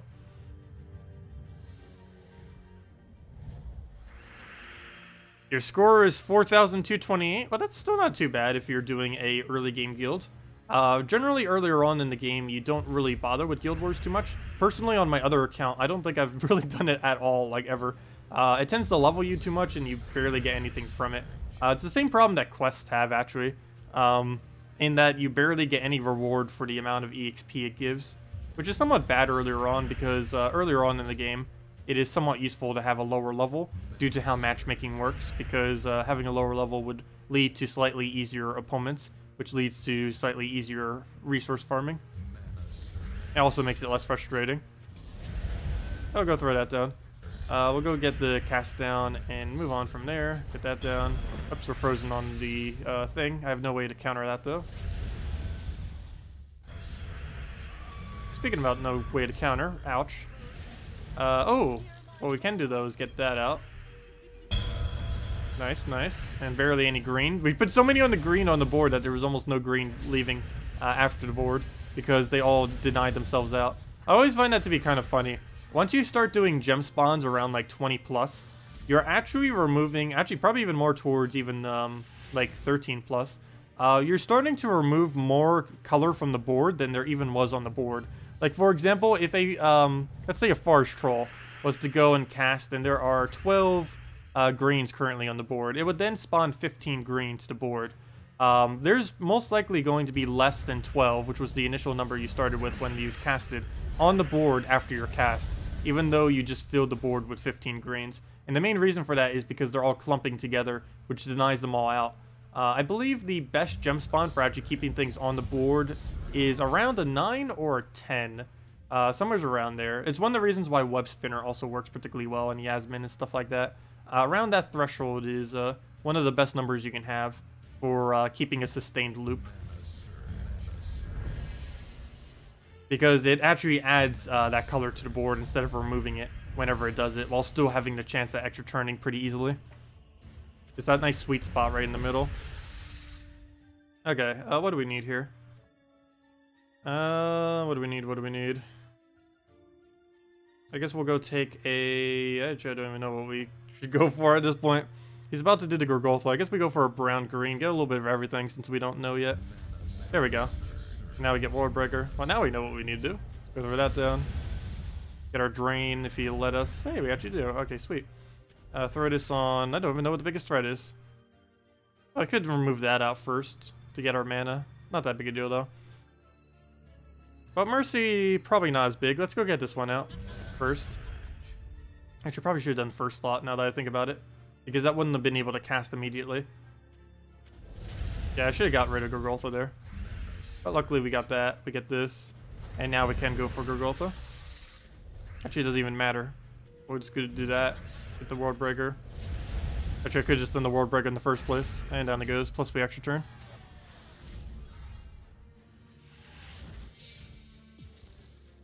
And into the Revenge. Also, for any of you that don't know, there's an invisible double gold on Revenge.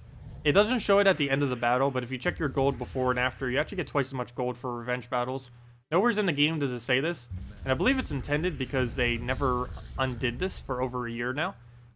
They already know that exists. I never heard their official word on what their thing is on it. I assume it's just a thing, because it's been around for so long that that would be pretty sad if it's actually a glitch and they never fixed it for that long. But no, Revenge battles do indeed give you twice as much gold, even though it doesn't specifically show it. If you check the value before and after, it's twice as much gold. So let's say we get like 3,000 gold from this battle if it shows at the end. That means we actually got 6,000 if it's a Revenge battle. Okay, well, we'll go grab that down just for a poke. Good, that makes sure the Infernus dies. That's the most annoying one. Now, if only we could get it on the Spider, we'll be good to go. Let's get another Ward Breaker down. I probably should have drained him first, So it doesn't matter. We got so much everything that we could just go cast it again. Wow, both of them revived. Both the Dragon Soul and the summon off the, what's his name? The Gorgoltha. Oh, I hit the wrong one, but it won't really matter that much. I think that's enough damage, so we'll do that. It's actually more damage than a Ward Breaker. Assuming there's only one left. Well, actually, it doesn't matter how many are left, but yeah. Okay, well anyways, let's keep going. You sent you the spoiler image to a message on the forum? Oh yeah, let me go check that. Yeah, the forum works perfectly fine for sending that kind of stuff. Let me see. What did you post? Oh, what's that? Arg, you got treasure! Oh, I saw a similar post to that. I didn't see it with the Arg, you got treasure guy, though. I only saw it with the 20,000 and the repeat button. What a sniffly nose. But yeah. We already saw that earlier and ended up showing it. But I didn't see what the thing. Did they post even more on their social media that I didn't look at? Because I, like, never check social media. Actually, I posted something about the new Mythic, I think, the other day. Or something on my social media. And I haven't even checked my own thing. Oh yeah, they did. They posted it 17 hours ago. There it is. What did they mention this time about it? What did they say? I see the image. Let's see. Time for another screenshots Saturday. This time we are showing off a new friend you can make in Gems of War. Hashtag game dev. Hashtag Gems of War. Hashtag overusing hashtags. Hashtag. But, interesting. Yeah, we kind of already saw that image, but we didn't see it with the guy. But yeah, that's probably one of the best features actually coming in the game next patch. There's actually a lot of really good stuff coming in next patch. Might be one of the most concentrated patches they've ever released. There's quite a bit of controversial stuff coming, though, like the change to Guild Wars, though there's more casual players will probably enjoy the change. But really hardcore players in endgame might be turned off slightly to it, because Guild Wars will be tri-weekly now, once every 3 weeks instead of every week like it is now.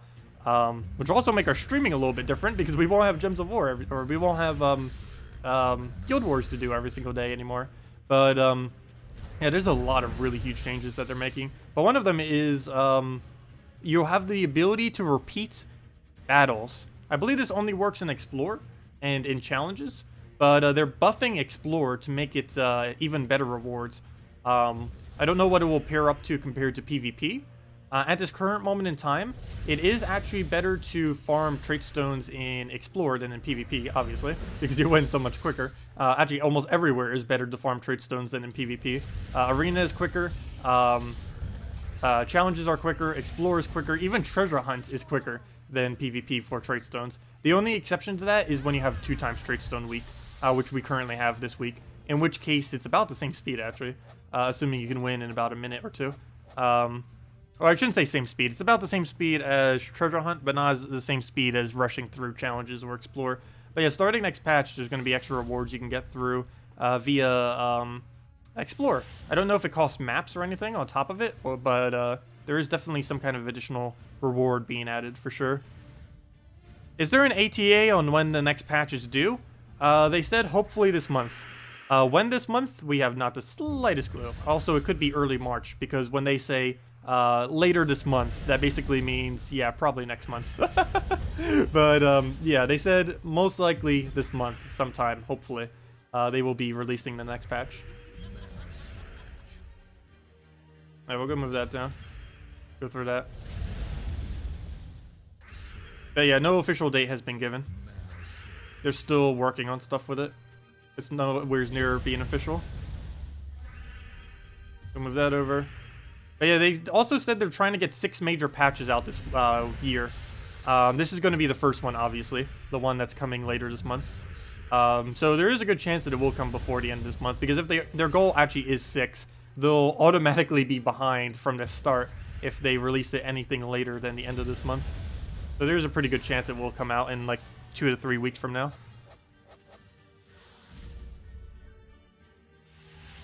I know, they never do an ETA for almost anything. Because whenever they do, they almost always change the date. Like, for example, the Shocktopus. I believe that was supposed to technically be a little bit earlier. But then they kind of retracted it because I have no clue why, actually. But, yeah, I actually don't know why at all. They said, like, a couple weeks ago, that Shocktopus would be in the game. If it's not coming on Monday, I have no clue when they're adding it. This should have been in the game ages ago, based on what they said earlier. Maybe it's just not functioning correctly or something. That's the only thing I could possibly think of. Has anyone actually heard an official word on why they haven't released it yet? Because I haven't yet. Oh, I just gave it green. This is not too big a deal. But, unfortunate. Let's see. Let's go take a yellow if we can. Come on, yellow. Nope, didn't get it. We got one yellow. I needed both, though. We could actually lose to Infernus if we're not careful. What do we have? Doesn't look like we have anything good. We'll move that over. We'll take the green to the brown. And we'll work from there. Oh! How did I not see that? Oh, it's still back. Okay, perfect. Fail, but unfailed. I failed in not seeing it, but luckily we got it back. We'll go throw that down. Get a World Breaker. Hopefully get another cast on this. That or we Florian again. Either or. Looks like we Florian again. Throw that down. Get the higher mana cost so we don't miss. We got alignment, so we throw that again. Get a kill. Throw that. How did you only get one mana? There's only one blue on the entire board, or two. There we go. Yeah, whenever they say an official date, it's probably a lot later than that. That's generally the rule of thumb with them. Not always. Sometimes they even do things a bit earlier. But more often than not, any date that they ever mention will be slightly later. Which is why they try to never really state dates, because schedules always change with them. I'll go through the Gorgotha. They want us to sync our resources after the New Kingdom and Mythic, not to get everything in one big chest opening. Well, technically we already were able to get everything in one big chest opening because the Kingdom and the new Mythic came out in the same week. That generally does not ever happen because they do want to do exactly what you said. But it happened this week. The main reason why this happened is because of how it got delayed. Because normally a Kingdom would come out on Friday, but they weren't able to due to the holiday this week. So because of the Australian holiday, we actually got to save resources, as weird as that may seem. So even though we got the Kingdom 3 days later, we got to save a lot of resources. It's why I have such a reserve of gem keys and glory keys right now, because we didn't need to throw as many. It's even why in the key opening video you saw I didn't open as many. I know some people didn't like that because I did say I was going to do a little bit more, but I figured because of what the way that it lines up, there wasn't really a need to throw an excessive amount. Just mainly enough to get the Legends to Mythic was basically all we needed. And that's what we did. And Florian to Mythic, but you can just do that off of Glory. You don't even need to open chests for that. Though if you are opening chests, you'd probably get it off the event keys anyways. How can you get the Sunbird? Sunbird is a completely random drop from Glory and Gem keys, as well as from Guild chests if it's leveled high enough. But yeah, it's completely random if you would end up getting one. You'd have to throw a few hundred, possibly a few thousand if you're getting really unlucky, Glory/Gem keys in order to get it. Realistically more towards a few hundred, but there's like 100-something ultra rares in the game. So you only have, I believe it's about a 10-ish% chance off a gem key, or not on a gem key. On a glory key, I think it's about 10% chance. Off a gem key, I actually don't know what the rate is, like 50? It's something pretty high. But you have that chance of getting an ultra rare, and then you have like a 1 in 100 chance that that specific ultra rare will be the ultra rare you need, which is Sunbird. The other way to get it, though it's currently not available via this method, is if you keep an eye on Soulforge, if you happen to have some of these colored jewel things, occasionally there will be a Sunbird underneath the red or purple category. At this current moment in time, there is not one. These things basically just give you a random drop out of any of them. The only one that's currently worth it at the moment this week is the purple one, which you can get Green Seer or Fizz Bang off of. Green Seer is used in Green Seer Giant Spider combo, as well as just for feeding greens in general. Princess Fizz Bang is used for the strongest Goblin team in the game. But yeah, currently there's no Sunbird available. You just have to go and do it from Glory and Gem chests, or Guild chests, and hope you get lucky. That's the only way you can do it, unfortunately. There are looking into adding maybe more specific ways to target down specific troops in the Soulforge in the future. But as it currently stands, it's not particularly good at targeting down lower rarity stuff. It's pretty bad at doing that. Okay, what do we even need here? We'll go and take a... I almost want to take a red immediately. just to get the crystallize going. There's so much blue on this board. And green. He's gonna get his barrier. That's fine. Not too huge a deal. Oh, he's using the dwarf team. He's using the gate version of the dwarf team. I'll go throw that over. There goes the big hit, but we only have one red, and he didn't even hit it, so good. What else we need to move? I guess we try for the brown off the top. Didn't get it, but we got a bunch of other manas. He shuffles for us. That would explain why there's almost no moves on the board. Well, let's go through this. Didn't get brown or yellow, unfortunately. At least not for free anyways. We can still swipe it, so we'll take that. That gives us our mana. We throw the Gorgolfa. Actually, we don't even need it to. We can just throw that, get our recrystallize, throw that down, and we're good to go. And that's matched already. Just a matter of applying the damage at this point. Up to store turn. Oh, could we infinitely loop this? That'd be amazing. Oh, we didn't get it. Oh well. What else? What else? Let's go drain him.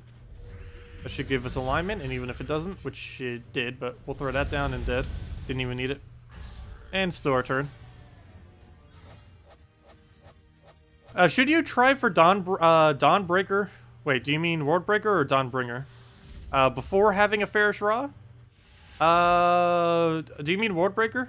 I would say probably go for Faerie first. Though Worldbreaker would be a pretty nice one to follow up with. Faerie is just so amazingly good at saving you time.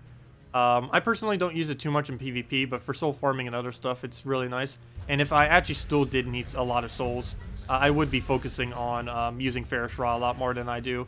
You normally don't see me using him too much, mainly because the only thing I ever really need to spend souls on are Soul Forge. The Soul Forge is being updated next patch, but we don't know exactly how much it's going to cost. So at this point, they said it's going to be cheaper than like what it was the previous time or something along those lines.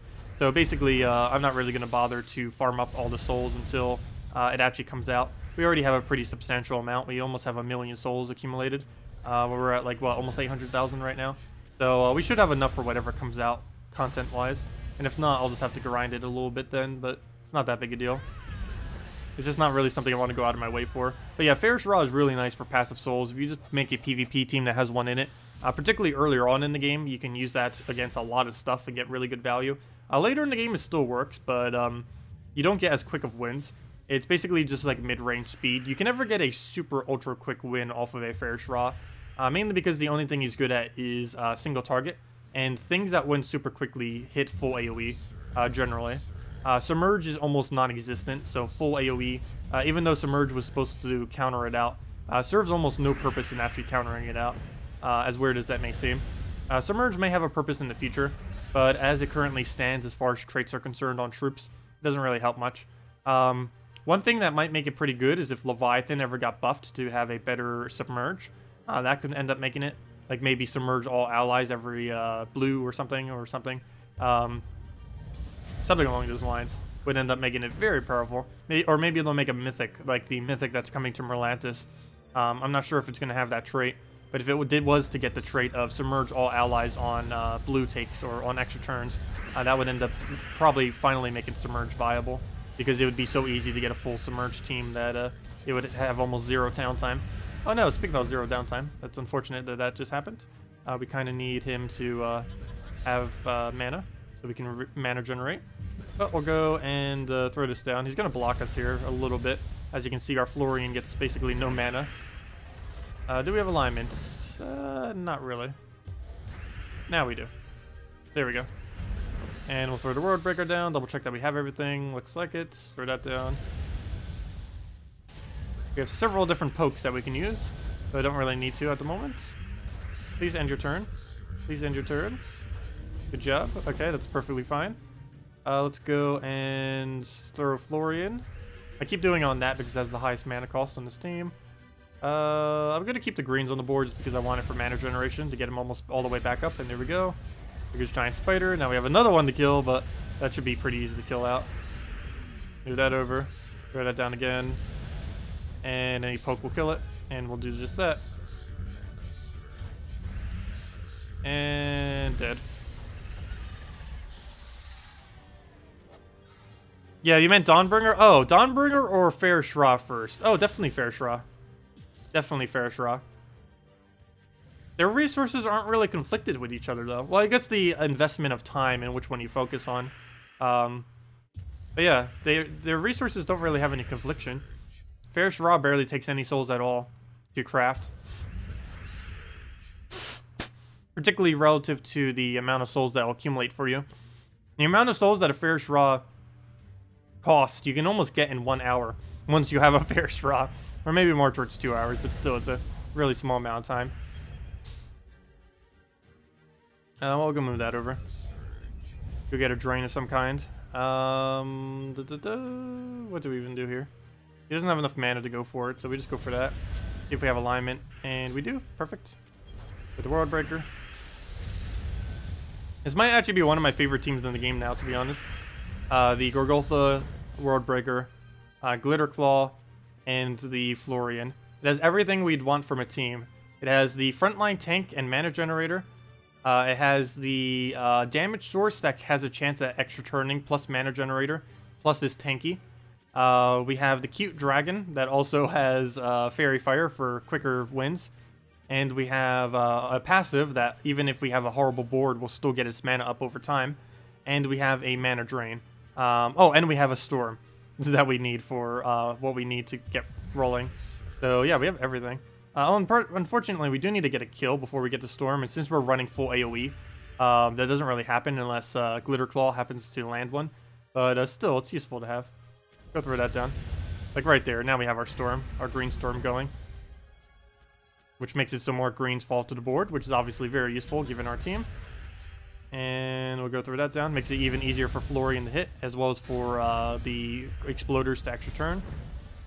And as I say that, we don't have any alignment, but it doesn't matter because it's already enough damage. Going to craft King Highforge. Are you asking that as a question, or are you asking that as in you are doing that? I probably should. Is he actually available right now? I only need one more copy to make him Mythic. I kind of don't want to waste the resources, but I kind of do. Because I use them for brown Guild War days, occasionally for red as well. It's really tempting. It is very, very, very tempting. Because we're one copy away. And when's the next time we're even going to be opening keys? It's going to be a while. But do we really need to waste 800 diamonds just to get him to Mythic? Then again, I wasted 4,000 diamonds just to get a 4 Faerie Raw. And now I'm concerned about 800 for a single troop here. Oh no, I'm leaning towards a no on that. I'm not sure.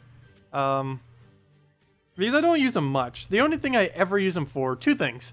I use them for my defend, and I use them for my brown day team. That's it. I use them for one defend day, and I believe I use them for both invading and defending on brown day. And that's it. Or not on brown day. I use them defending on red day and invading on brown day. And that's the only two things I ever use them for. Is it one word? Yeah, it is. But yeah, we are only one copy away from being able to put a High Forge into our team. This also means we wouldn't be able to double High Forge if I did it. There's currently not really much that runs double High Forge. But still, you never know.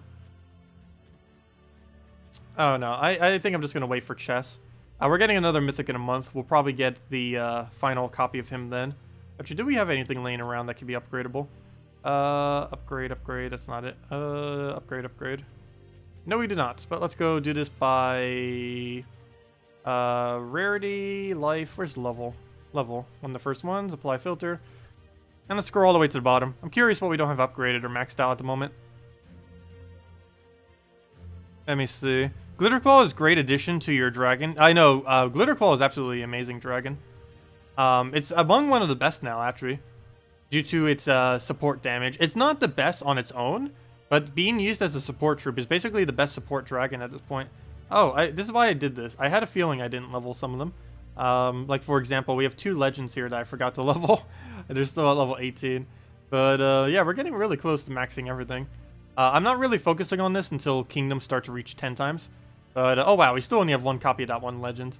Also, I still only have 2 Autumn Imps from, or 4 Autumn Imps from ages ago. I wish I would have bought in more when they were like only 80 glory each. Yes, Autumn Imp at one point costed like 80 glory or something. All the way back on the old event system. Back when glory was a lot less scarce than it is now. Now it's like so abundant that... actually, I think relative to the inflation of the game, And yes, this game technically has inflation based on how they've upscaled it. The amount of glory that it used to cost for a legend, yes, they actually used to give legends out through glory, which I don't believe they ever do anymore. They only go up to epic, I think, these days. But the legend that used to cost for glory, the amount of glory that it costs relative to the amount of glory that you can easily obtain these days was actually, I think, more expensive than the packs now, as weird as that may seem. Because glory used to be really scarce. At one point, the only way you could gain it is from PvP ranking. You would only gain 16 per day at max due to PvP ranking. And the mechanic's still in the game. That's not what that one mail is from that you keep getting that keeps giving you 16 glory every single day. At one point, that was the only way in the entire game to gain glory. Of course, these days, there's at least a dozen other ways, if not more. But anyways, this is everything we don't have maxed out. It's not that much. Most of these are dead content troops anyways, or very, very scarcely used. Actually, the only one that I don't have maxed that is actually pretty viable is Highforge. And maybe King Solanus, but I personally don't use them much for too many things. Anyways, let me go level these while I'm here, because it will annoy me. That's actually one of the reasons why I want to come down here, because I had a feeling I didn't do these earlier. Let me go do them now. I'll go level that one, and... Oh, no, no, no, I didn't mean to go all the way back. Ah, no. So they need to do something about how long it takes to scroll down. It takes like 10 years to scroll from top to bottom. We shall get there. There's not any quicker way to do this on PC, mobile, or console. I mean, PC or console, I mean. I believe mobile has a quick swipe that you can do that makes it go really quick. But PC and console does not have anything, unfortunately. Okay, let me go upgrade this one. And then we'll be good to go. It just bothers me that they're not leveled. There we go. We fixed it. All good to go. Okay, let me go into teams and stuff now. But yeah, if you guys have anything you want me to do, just let me know. Otherwise, we'll just be chilling with the Faerie fires for the most part. Didn't really bother using Orpheus much today. It did come out to be quite a bit weaker than I was initially anticipating, mainly because two things don't really boost with it. It doesn't have the... it doesn't boost off itself. It also doesn't boost based on the mana that you give to everything. It calculates the damage out before it gives 5 mana to your entire team, which that alone is 15 less damage. And then also it doesn't boost ratio off itself, so that's 22 less damage. So basically, the troop is doing 37 less damage than I thought it would, which is why it's actually quite a bit weak offensively. Still really good defensively, that hasn't changed. But due to how weak it is offensively, it's basically exclusively only a defensive troop for the purpose of cleansing out from like Queen Mab and stuff like that, which means it doesn't really get any big plays, so not really much of a point to use unless we desperately needed a cleanse. I'm still going to be using it for Yellow Guild War Day next week. That is something I want to try. We weren't able to do it this week because it fell... Yellow Guild War Day was the day before it actually came out. Goblins, please, can you stop being so ridiculously annoying? There we go. Also, I can't drain the one that's about to get mana next. So that's bad. I could Skull Poke, but that makes almost no difference. Well, we'll go for this Cascade. He ruined my alignment by taking the extra turn. So that's kind of my fault. I just didn't realize I would get one. I think he got it from the sky, though. But that's match. We did. That's goblins. That's goblins. Yep. What, you didn't want to finish us? Oh, gosh. Goblins, why? There we go. Okay, anyways, into the next battle. I don't even mind double cracking these days compared to goblins. This is actually quite a bit more tame than what goblins are. Okay, well, first things first. Let's go and get Gorgolfa up by doing this, I guess. Take the brown, get a green. Free blues, thank you. Crystallize as well. Take the brown, take the yellow.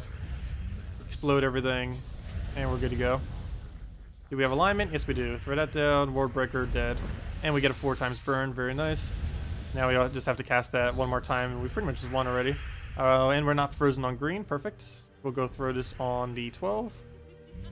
Didn't get it, but we can just explode it. Or if, no, we don't have anything. We could go move, so we'll go explode. And that gives us the final blow. And it's still our turn. Dead. Oh, never mind. Not dead. Almost dead. We should have threw that extra turn and tried getting the extra magic. Oh well, not that big a deal. And now he's dead. What sort of team you're using for Guild War tonight? Dark Maiden, Ragnagord, Queen Titania, and the Jotnar is what we're using. I'll go show it right after this revenge battle. Just want to make sure we guarantee win the revenge.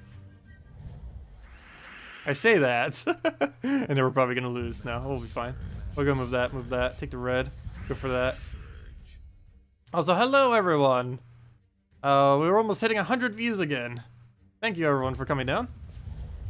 We stream every Friday and Saturday in the morning around this time. And we'll have the redeem code soon, which I believe is what the main bulk of the extra people coming in is for. Because this is normally around the time that we hand it out. So I will have that out in 1 second. Actually, I might as well get handed out after this battle. We'll go throw this down. Go get that. Get a world breaker. Also, we will be streaming Puzzle Quest later today. Around the same time we normally do, around 4:30. Which is in 4.5 hours from now. And we'll be streaming Gems of War for the next hour or so. Okay, let's go get the ward breaker. Get that down. And that's match. We just hit it with any poke, as long as it doesn't do something crazy right now.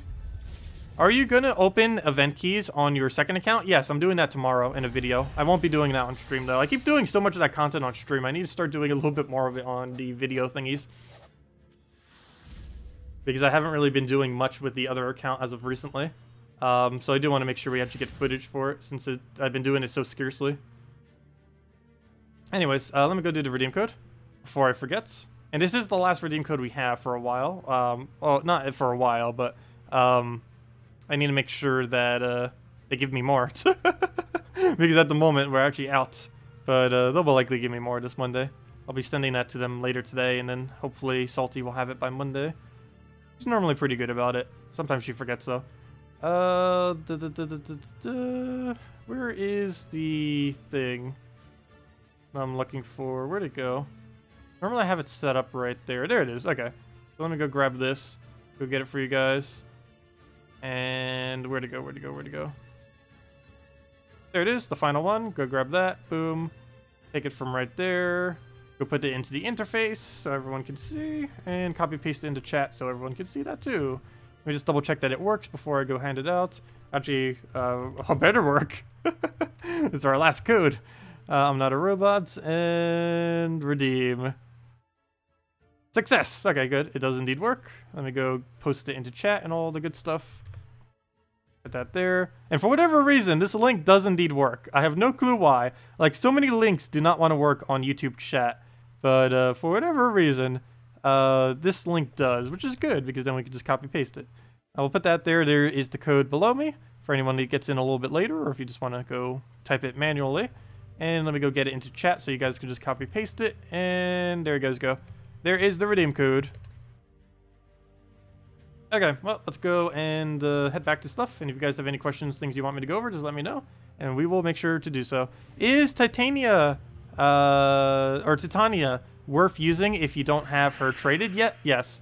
Titania is. It's not as good as a non-traded Glitter Claw. But yeah, she's still usable without it. She just doesn't have Faerie Fire, which of course is one of her more major mechanics on her, is the fact that she does get to place Faerie Fire just off of extra turn spam. But yeah, she is really high damage. She'd be perfectly fine even without it. Particularly early on in the game, you can get ridiculous damage with her. If you're using a pure red team with Titania in early game, she is stronger than a Dragon Soul.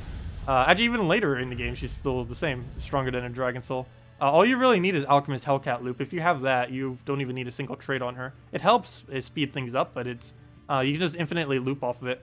Alchemist Hellcat, Goblin Rocket, Queen Titania. Doesn't matter if she's traded, you automatically win off of that. Trades make it quicker, but it's not needed to win most of the time. But yeah, Glitter Claw has almost no effect in being untraded. That one has really good value untraded, because, well, a good majority of its value comes from its ability itself, not from the actual traits it has. Whereas Queen Titania, most of her value is from her traits, but she has such a ridiculously good ability that it doesn't really matter. That both of them are basically ridiculously good value. Okay, he'll do that. It's actually getting a lot of extra turns. And we don't have a follow-up right now either. I'm going to have to just throw this and then go into Ward Breakers. Can you please stop extra turning? We're going to lose something soon. Well, we already lost Gargolfa. Throw that down. Need to get a drain here. Please stop hitting extra turns. There we go, finally.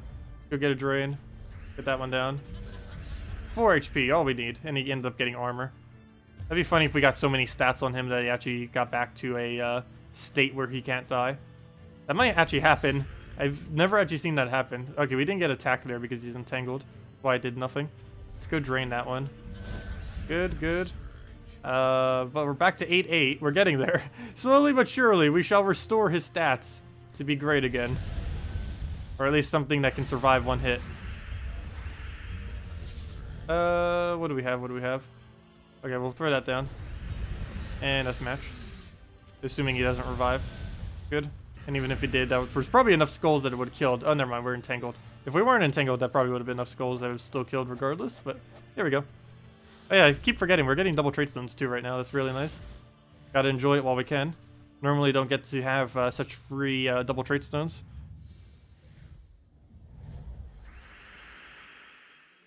Hello, Sutonic, welcome. Wow, first turn Gorgolfa, normally don't get that. And he gives us even more mana, thank you very much. We'll take even more. Got the World Breaker, already good to go. That was a really quick start. Ah, ruined already. Such a great start, countered out by a Scion that just wants to get one lucky move. Okay. Well, it keeps draining my mana on first slot.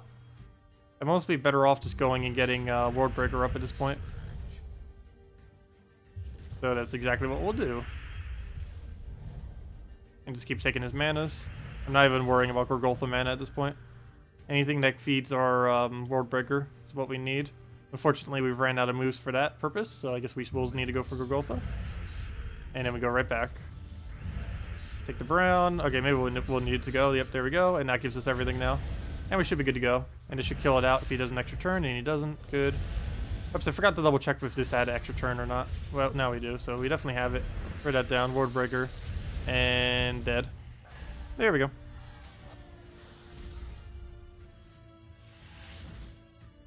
Yeah, even our ranking's a little bit higher this week because we were winning quicker with the new Faerie Fire. Actually, it should be quite a bit higher. I wouldn't be surprised if this says 20,000. Yep. Wow. People are winning a lot quicker now due to the Faerie Fire.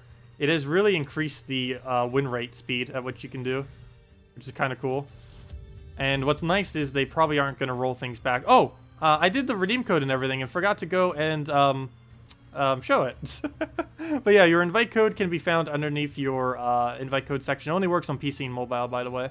And the code ends up giving the normal reward, as always. The 2 treasure maps, 1 gem key, 200 souls, and 2,500 gold. Not much, but is a little bit extra help. Console, unfortunately, doesn't have it, but you do have daily event things on console, which PC and mobile doesn't have. What do we get from the gem key? Anything good? Nope. A useless unicorn, which we already have maxed, and you would never need to use it ever, not even in arena. You know a troop is bad when it's not even viable in arena.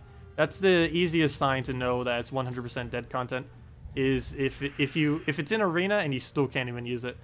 Like, there's troops that are in arena that aren't really that dead content. There might be dead content in PvP and stuff like that, but they're not actually dead content in arena. One really interesting one that's like that is Peasants. Peasants is absolutely abysmal in most situations out of arena. But in arena, it's not that bad because it has a really unique board control capability. The main thing that makes it bad is the fact that it has no real follow-up and the fact that it has no good traits other than Jinx. But Jinx alone isn't worth using such a weak troop. Let's see.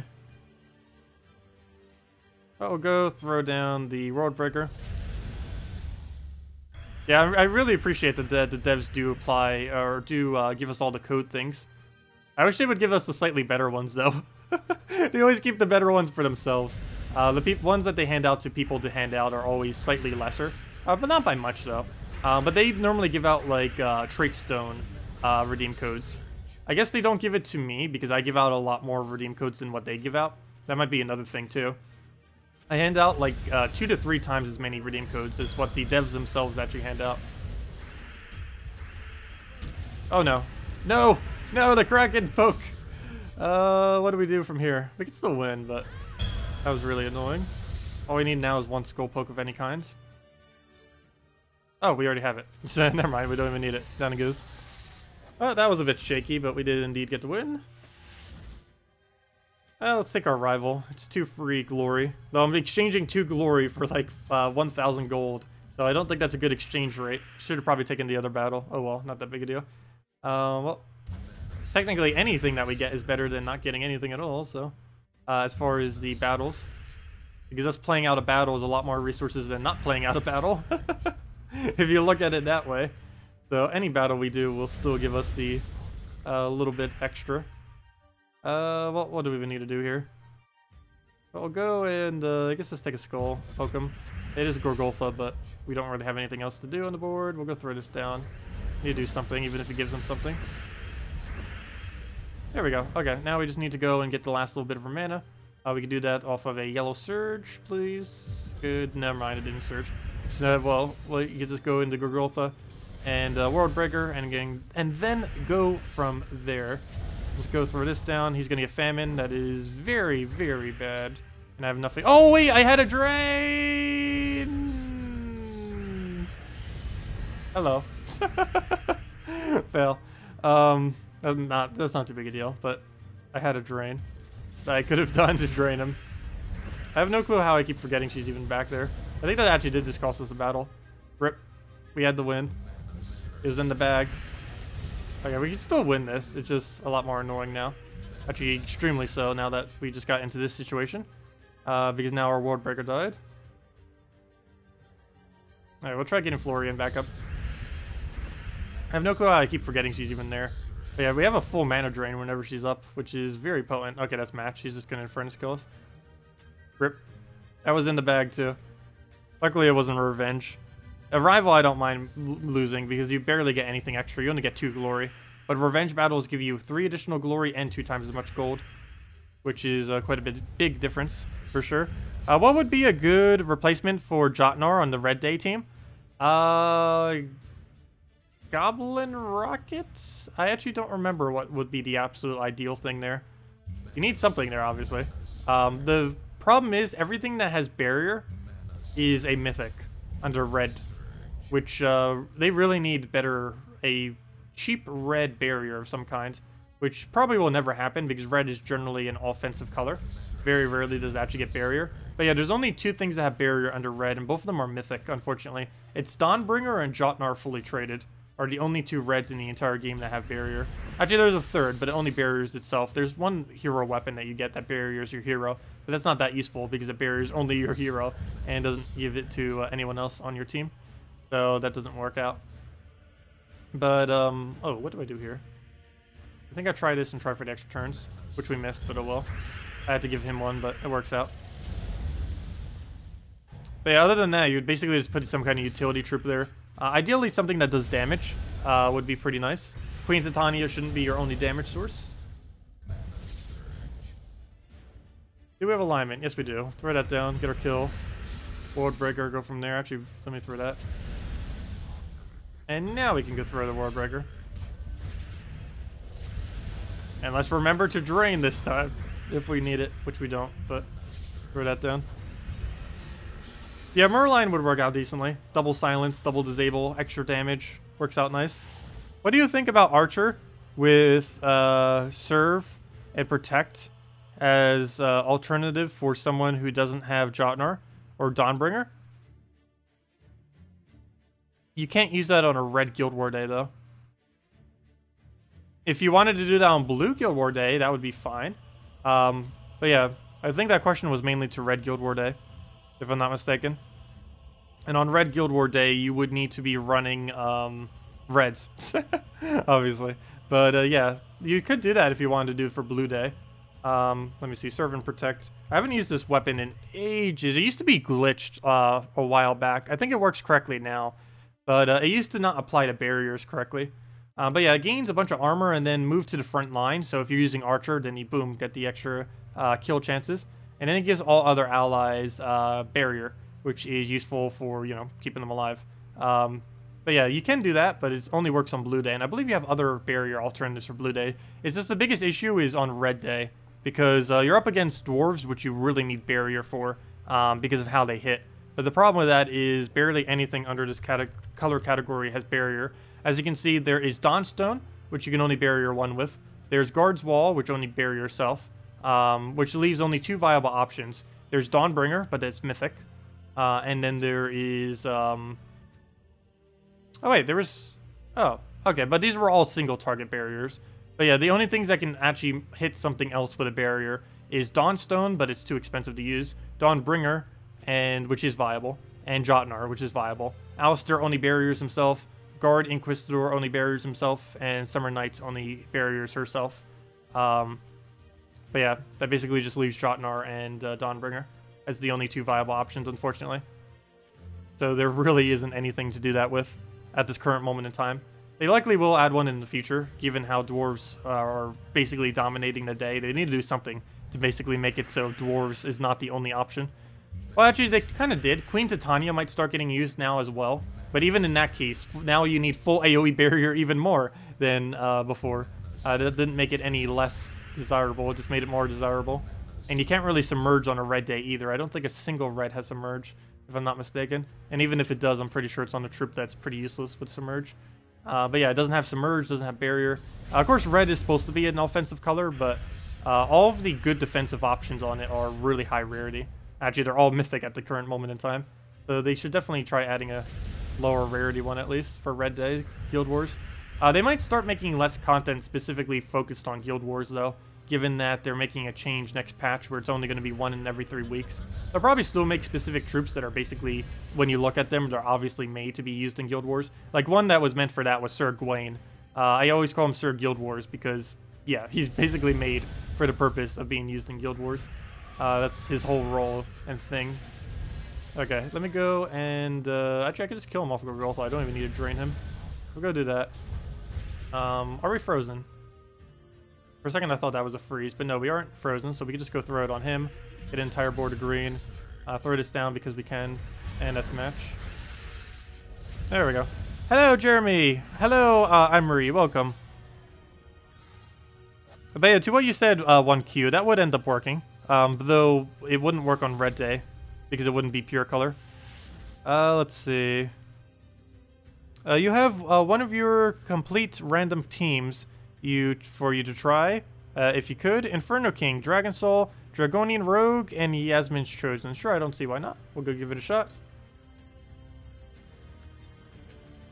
Okay, edit team. What do we have? What do we have? We need Inferno King. Get that in there. We need the Dragon Soul. Get that in there. The Doctor. Let's see. We'll get that. Get Dragonian Monk. Somewhere's in here. And get ourselves a Yasmin's Chosen. Interesting combination. What is the minus blue that we need? Does this work? Actually, that would probably work. The new banner. Problem is Inferno King is blocking our Dragon Soul, but he does create reds if we finally get alignment. I'll give it a shot. It's a little bit clunky in the things that we're blocking, because Inferno King cast... This team is set up to spam Inferno King quickly, but the problem is it doesn't really gain much of a benefit from spamming Inferno King. You deny out your brown, you're already going to be blocked by yellow, so you can't even use Dragonian Monk. Dragon Soul would get its mana, but you would mainly have to do it via the Convert Alpha Inferno King. And yeah, I don't know, it just seems a bit clunky to me. You might as well just build a whole team. If you have Yasmin, you might as well just build an entire team around Yasmin Loop. Would probably be your better bet. If you had just have her laying around. Oh, too bad I can't take that. I'm going to take another skull. I just want to get the Scion out the way so we don't have to deal with it. Oh, very lucky. Now it'll just die to burn as well. I have to give it greens, but I think it'll be worth it. It doesn't even use green either. So oh, it still ended up getting the drain. You've got to be kidding me. Because it got the 1 damage. Even in death, it still gets value. Actually, Humility does that pretty well too. You can just like suicide your Humility and in first slot if it's fully traded, and it gets ridiculously good value. It's one of those really weird troops that I don't know, it functions in a way that even if you just instantly kill it out, you still get value out of it, which is kind of cool. Okay, let's just go get ourselves some barriers here. I believe that's a 4, right? No, that's only a 3. Let me try getting a 4 if we can. Yeah, that's a 4. So we'll go grab that one. I'm not really worrying about the board control as much there. Oh, I didn't think about that. Dragonian Monk for the X shape to try to align an Inferno King. That does have potential, actually. I never actually thought about using that combo because I normally wouldn't use Barrier with a Inferno King. I would normally use them to counter Barrier, not actually on my team. But yeah, it does kind of work because there's a lot of things that you can do with an X shape that would be able to put Inferno King into alignment. Let's see. We probably don't have alignment now, but can we actually get it via doing something? Yes, we can. If we use an X shape right here, we'll get a red, which will get us full Dragon Soul. We will also get a... Oh, never mind. That's not the right alignment. If that was a skull, it would be. I was like thinking... I don't know what I was thinking there. But, okay. Come on, there has to be alignment somewheres with all the things we can do with a Dragonian Monk. That just might just not be one. Just because he has a lot doesn't mean there necessarily is one. Okay, I guess we throw a Yasmin just to get the skulls then. And then we'll probably have something to do. Yep, we already have it. I don't even need to use the monk. And that's match. There we go. That's an interesting team. Oh, rogue, not monk? I kind of like the monk instead. Honestly, at this point, I almost prefer the monk instead of the rogue. The problem with rogue is it has one specific location that it has to do it at. I was assuming that rogue would be set up like monk, but it's not. Monk came in later, but it's an X shape. But the way that the Dragonian Monk, or the Dragonian Rogue is described, it makes it seem like it would also do an X shape, but it doesn't. It's really weird.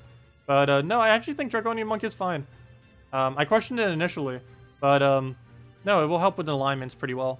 And you get Barrier too, which helps you survive. You get extra mana on it, which synergizes with the fact that everything else on your team generates mana. And I guess Rogue does too. The biggest issue with... Oh, never mind. You need it for Purple Day. That's why you used Rogue. That would make sense. Never mind. But, I don't know. It actually is kind of interesting with a monk. I never thought about doing that, even though I accidentally did it. That wasn't what you asked for, but it is an interesting combo. It's an interesting combo. Been having this weird cough thing the past few days. Been drinking hot tea and stuff. It's been helping some. Anyways, where were we? Let's go run, I might as well just go run the classic. I've been really enjoying this theme this stream. The Florian Green Spam, since we revamped it with a Glitter Claw. Yeah, codes only work on PC Mobile, by the way, as was just mentioned. But yeah, this is mainly because of policy on console that prevents them from actually doing it on console versions. They might eventually have it out, but they haven't really been putting too much effort into it as of recently. They tried to push for it last year, and then it didn't really go through as well. So they haven't really bothered trying much since. Or I don't believe they have. It's just going to waste a lot of dev time just to try to get console codes. And they haven't really tried going through that struggle yet again. They probably will in the future, but at this current moment, it seems pretty unlikely that console will be getting codes. At this current moment in time, console has events, daily events instead of codes. Probably around the time that PC Mobile gets daily events will be about the time when console will likely get redeem codes, if they ever get them. Because that would make it so they're even once again. Because right now, the daily tasks on console is basically the way to displace the fact that you guys don't have redeem codes that you can claim. Though in a way, console's almost better off, because for the casual player who isn't like watching these streams or watching dev content or stuff like that, where the redeem codes normally are, you'd probably get more value out of just doing the daily tasks than you even would out of the redeem codes. I don't know how much the daily tasks even give you on console, but I'm pretty sure it's more than if you only claim one redeem code per week, I'm pretty sure. Though I'm not certain. Though you do technically have to go out of your way to go do them, because I think some of them are really weird. Like, use a pure green team in PvP and win like 3 times or something like that. I forget exactly what they are. They're going to be revamping the whole task system when they bring it over to PC Mobile. So what it is right now on console is not even what it's going to be once PC Mobile gets it. Not to mention they'll also change it on console once they do the change. Not sure what their plans is for it, but they are definitely revamping it in some way. That's not coming next patch. It's coming, I have no clue when. But it is something on their list of to-dos. On their to-do list. I said that in the complete reverse order. But yeah, it is on their to-do list. Oh yeah, the code still should work if anyone is still around. If you haven't claimed it yet, definitely do make sure to go do so. Just a bunch of free resources. Not a lot, but every little bit helps, and it only takes like a few seconds to redeem it anyways. Since they're... Oh yeah, by the way, here's the link for it. I should probably say where to use it. gemsofwar.com underneath game code. And there's the link, so you can just copy-paste and everything. Since they're changing how Mana Shield works, will Corvash be the only viable option against it? Not the only viable option, but yes, it will be one of the most viable option. As I can currently tell, every single troop that's going to be added in, or every single change that's going to be occurring in version 3.3, with Mana Shield and everything, will be on troops that do not have immune to stun. Meaning, I believe, initially at least, they'll probably add some later, but initially, when 3.3 gets released, I believe every single troop in the game that has immune to stun will be immune to mana drain, will not have immune to stun. So, yeah, so you can basically Corvash every single one of them. I believe actually, I don't know how that currently interacts, we'll find out. But I believe the drain triggers before the stun. So I don't know if he'd actually still get the drain or not, but of course if you drain them or pre-stun them, you would for sure. I'm pretty sure Corvash will not be able to do it beforehand though. Like if he, simultaneous. So for example, if he Corvashes something with Mana Shield, if you do that ability and they're not stunned, I don't think you actually get the drain. But if you pre-stun them, you would, of course. You would just have to pre-stun. Because I know it works that way with traits. For example, if a troop has a ability that allows them to revive on a 25% chance, let's say, or let's say 100% chance, that one dragon thing, and you kill it with a Corvash and it's not stunned, it will revive at that 100% rate. But if you stun it beforehand, then it obviously won't. But basically what I'm saying is it's probably going to trigger the damage before it triggers the stun, which means it would not end up getting the drain unless you pre-stunned it. But of course, Corvash is the best stunner, so you could do that to pre-stun it pretty easily off of extra turn spam. So yes, Gorgulpa will still be viable against it. Just do keep in mind that that likely will be the way it works. You can't just Corvash it, you have to pre-stun it. And that's match. Dead. But we'll find out what happens when it comes out. It should be coming, hopefully later this month is the approximate time for the next patch. And they said it's probably going to be one of their biggest patches they've ever done, which is pretty cool. And it does seem to be it, based on everything that they're adding. I'm going to miss doing Guild Wars every week. Though I'm going to enjoy the break of not having to do it anymore. Like, constantly. Because these days it is starting to become like one of those things that you kind of get used to, which is nice. But, I don't know. Guild Wars does get a little bit tedious after a while. Especially since the meta doesn't really shift that often. Like, for example, Red Day right now is just dwarves every single time. That's not really changing. While unique teams did help some, it doesn't help change... It makes it so people will individually have to set uniques. But it doesn't mean that an entire guild has to set uniques. So an entire guild could still run 5 different troops on the exact same day. It's not as bad before, where literally every single battle would be the exact same team, which was always really annoying. But now it's basically made it so there's 6 different teams instead of only 1. So it helps some, but it's only a mild fix. There's really no way to make it incentivize enough to make it so everyone in the guild does different teams. And it's not really that big of an issue. I think only really organized guilds tend to do that, where they basically all spam the exact same team. Generally, I've noticed in Bracket 2 quite a lot that most guilds don't spam the exact same team. I know my guild, I believe, is like that too, where we don't exactly spam the exact same team for every single one. The reason we specifically do it is mainly just so we have more variety so that they get caught off guard. Because if you keep spamming the exact same team against someone, they're going to get used to how to win against it.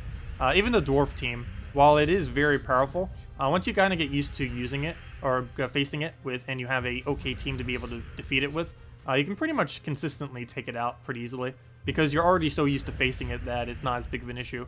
But if your guild throws a bunch of different stuff, you could be able to throw someone off, particularly if every single person is running something different that's also really potent. The only problem is there's not as many combos for that. There's generally only a few really strong Guild War teams every day. Alright, we'll go throw the Ward Breaker down. And what else do we need here? Do I even go for the drain? I guess I do. Come on, land. Got it. And a smash. Oops, I almost threw the wrong one. That would have been a fail. Is it possible to farm Rainbow Celestial Trait Stones? Yes and no. Yes, you can farm them. No, there isn't any specific place that farms them any better. The only way you can specifically farm Celestial Trait Stones is go and explore and spam explore a billion times. That's the only way to do it. There's no specific area where it gives a higher rate. Everywhere that you ever battle will give it to you. These are generally something that once you get more towards mid-game as well as later in the game, you will have a gigantic surplus of these Celestial Trait Stones. But as a newer player, they can be a little bit scarce because of how rare they are. But you get them literally everywhere. There isn't a single, other than gold keys, every single instance in the game that has a Trait Stone drop chance has a chance of dropping Celestials. So everything you ever do, basically, will give you Celestial drops. Treasure Hunt does, Questing does, Challenges do, Explore does, PvP does, every key does except for gold keys. And yeah, you'll generally end up getting enough over time. But yeah, it can be a little hard getting initial ones, but basically all you have to do is just spam Explore. Also, don't forget, Explore in either Forest of Thorns or, oh, what's the other kingdom? Or this kingdom, the Bright Forest. Go in either of those and you can farm the event trait stones for the week. Did we get any? Yeah, there you can see we got one event gem. The main reason you do either of these two this week is because they are both the kingdoms that have the highest amount of Fae, and that's what we need to do this week is kill a bunch of Fae. Yeah, I still need to do this. I don't even think we're up to the 3rd reward yet. I'll probably farm it up later. I need to see if we have 100% EXP. On whatever time we have 100% EXP, I'll probably do it. Do we have that now? Your guilds, double check. Actually, there's a better way to check it. Guild Wars. No, we do not, but we should be getting it today, hopefully, against Interim 2, I hope. So tomorrow, I'll probably go do that. Maybe during the Super Bowl, I'll go, like, idle with this. It's pretty close. It's hard to tell. Hopefully, it'll have some people that don't do their battles, and we'll end up getting the bonus. Oh, yeah, it's a fight between us and them to try to get up there. Oh, no! They have a higher score than us, though. We're already doing more battles with a higher score, and they're still ahead. Aw, we might not get back to Bracket 1 this week. I was really hoping we could. Yeah, they'd have to do really bad on their other Guild War day. Or the rest of the people in their guild has to do really bad on the rest of their battles. But yeah, they're probably going to get back to Bracket 1. Oh, we're so close. We're going to make 3rd. Oh, well. Anyways, what was I about to go do? Oh, what's the change to Mana Shield? They're going to be giving it Mana Drain Protection. They're also going to give every elf in the game Mana Drain Protection as well. All Dark Elves, I believe, are gaining Mana Drain Protection plus Web Protection. And all Light Elves are gaining Mana Drain Protection and some other protection. I forget what they said. I actually don't know what it is. Hopefully it's not Stun, or else that might be a little strong on them. But we'll see. Yeah, I don't know what's going to be the first troop that actually gets both Stun and Mana Drain Protection. From what I can tell, there isn't a single thing getting it as of next patch. What was I going to go check? Oh yeah, the event thingy. But yeah, the event this week is kill a bunch of those Fae. We're only up to 54 at the moment. I don't actually need more copies of him. The only thing I really need, I guess, are the 50 gems and the 8 gem keys. That wouldn't be too bad to go get. I might go get them. But yeah, I'll probably do it tomorrow. Hopefully we'll have the bonus. Even if we don't go up a bracket, hopefully we'll at least get that bonus so we can go farm them tomorrow. It wouldn't be that big a deal to have the 100 EXP and not have it. But yeah, it's better to have it than not have it. So if we can get it, we might as well use it. And that's the last possible day we can do it on too, since it is Sunday and there's not going to be any additional days after that we can go farm them. But yeah, do make sure to get them. That's quite a bit of free gems and gem keys just for doing Explore for a little while. It would probably only take a few hours too. It's not that long. I'll go through a Gorgultha. I'll go get that down. See if we can go get a World Breaker here. And nope. He just drains us. We'll go through the Skull Poke. And actually, did we get drained? No, we do Skull Poke neck first. And now we drain the Famine. Oh, how did he full mana that quickly? He just went from 7 mana to full in a single cascade. Wow. Well, that is very, very unfortunate. He was the drain target. Keyword was. Not anymore. Okay, I'll take this red because I can't take the green or else he gets yellow. And now that he removed the yellow, we can move a bit better. I'll take it that way. Nice extra turn randomly. And can we get a red surge? Of course. Oh, never mind. That wasn't actually enough mana, even with the surge. We'll try for a blue here. Didn't get it. 2 skulls, and he drains the 1. Now I just need to get his mana back up, and we'll be good to go. Problem is, how do we do that? I guess we try getting him to give us alignment. And I don't think he did. No, he did not. What's the backup plan then? I guess just take a green and hope it surges. Well, that's still not enough mana. And do you have 0 magic or something? Did he just hit the 1? He just hit a color that only had 1 on the entire board. He like hit yellow or something. Fail. Good job, AI. How do we go get his last mana? That's the biggest concern right now. I can technically cast this and that will give it to him. Or that will give it to us, but then he gets so much green that it wouldn't be worth it. There we go. Speaking of so much green, let me go take that, throw that down. Hopefully get an extra turn into this and then go from there. Don't you dare get full mana again out of nowhere. Okay, good. We're fine. So we'll go throw that down. Poke. Most important one as well. Throw that over. And dead. That's match. Glitter Claw, Dragon Soul, Christine X Florian. Yeah, that's pretty much the same general concept except with Dragon Spam. Oops, I almost thought that was normal burning. I was about to go let it live and just let it die to burning. That's not how that one works though. That just does extra damage. That'd be cool if there was like a combination of them though. Something that does both Fairy, Fire, and Burning. Currently, no troop does both. All troops currently either Fairy, Fire, or they burn. Not a single one does both. That'd be kind of cool though. That would be both of the burning related ones on a single troop. And it wouldn't really be that overpowered by any means. It's not like they stack with each other or anything like that. Or, you know, or they both affect the troop, but it's not like it gains any benefit. The 3 damage per turn doesn't get boosted by the, or doesn't get boosted by the Fairy Fire. So it's not really going to make that big of a difference if they were to do that. We'll move that. He just mercies, doesn't really get anything out of it. We could try for an extra turn here. I think I'll go for it. We didn't get it, but oh well. Oh, I gave it reds. I should double check that, fail. Luckily, it's out of Corvash range, but now we're frozen like crazy. Okay, he gets a lot of drain, a lot of value, a lot of everything. We'll go get that. We're frozen, but we get a good majority of our mana. Only problem now is he's 7 HP, and I think we just lost. Wow. That escalated very quickly. We'll go retreat. Fail. And now we're up against a Beast team. Haven't seen many Beast teams around. Beast teams used to be really good for a little while back when Cabarrus had a 100% chance to summon and a 50% chance to devour. But ever since both of those got nerfed, it has basically fallen off from existence and no longer gets used by anyone for anything. Pretty much. This is actually the first one I found in probably a month now. I haven't really seen too many around. Maybe not that long, but it's been a very, very long time since we've bothered seeing something like that.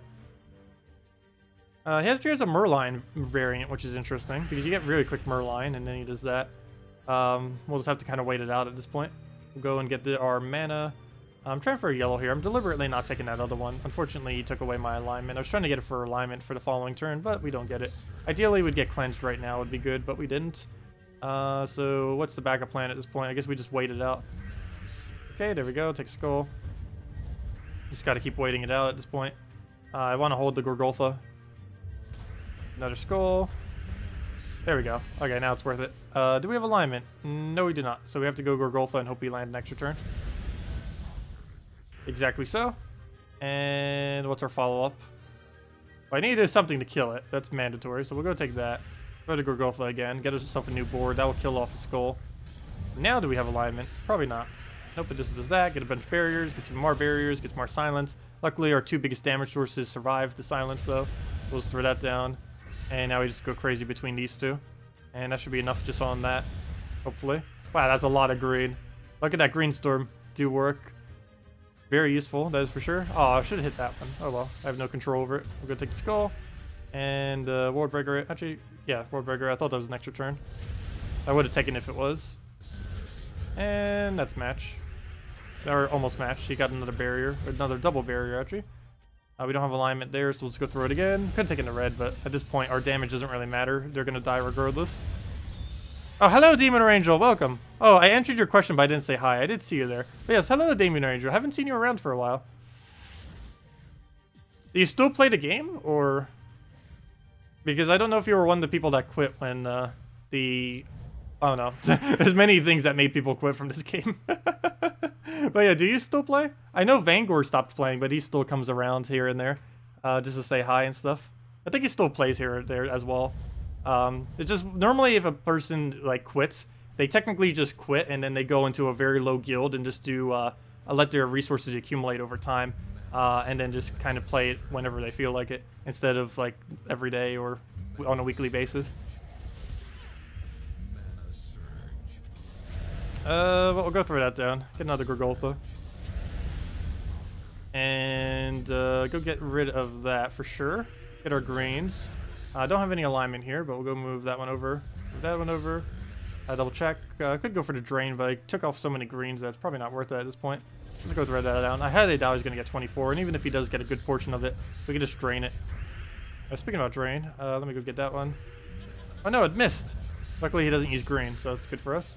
Oh, but he does have that. Please devour that one. Please devour that one. Please devour that one. It feels weird that I'm trying to tell him to devour my strongest troop, but that is exactly why I wanted him to do that. Because we have impervious, or actually not impervious, we have indigestible. So good job. I rarely ever use that. That's like one of the only times you'll ever see indigestible actually be viable and not last lot. There we go. Indigestible for the win. It actually just saved us there from losing. Okay, I should probably throw a drain there. I keep not throwing drain when I actually have her, because I assume she doesn't have mana, but then a lot of the time she actually does. Because she gets mana last out of everything on our team. But that doesn't mean she always has none. Okay, this thing is getting annoying. Okay, we'll go through that down. Luckily he ran out of mana because it finally missed. We'll go through that. He's probably going to get alignment, but oh well. He already threw Great Maul, which he completely wasted, so should be fine. Even if he didn't waste it, it still would have been a pretty easy win at this point. Did we get any alignments? Doesn't look like it. We'll just keep taking our extra turns. And that should be a world breaker. Still no alignment, but we could throw this like 2 times and that'll still be match. Now we just need it one more time. Now we finally have alignment, a little late. Now we can go for a drain too if we wanted to, which I think we will for full mana. And that's match. Oh, now that's match. Wait. Now that's match. Finally.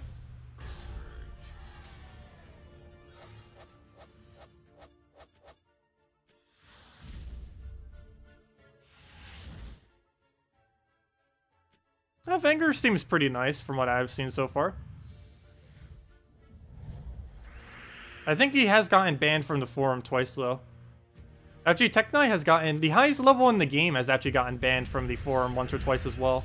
As funny as that may be. That's mainly because he likes to troll. So, he... I forget what actually got him banned the first time. Like, he even got banned on the old forum.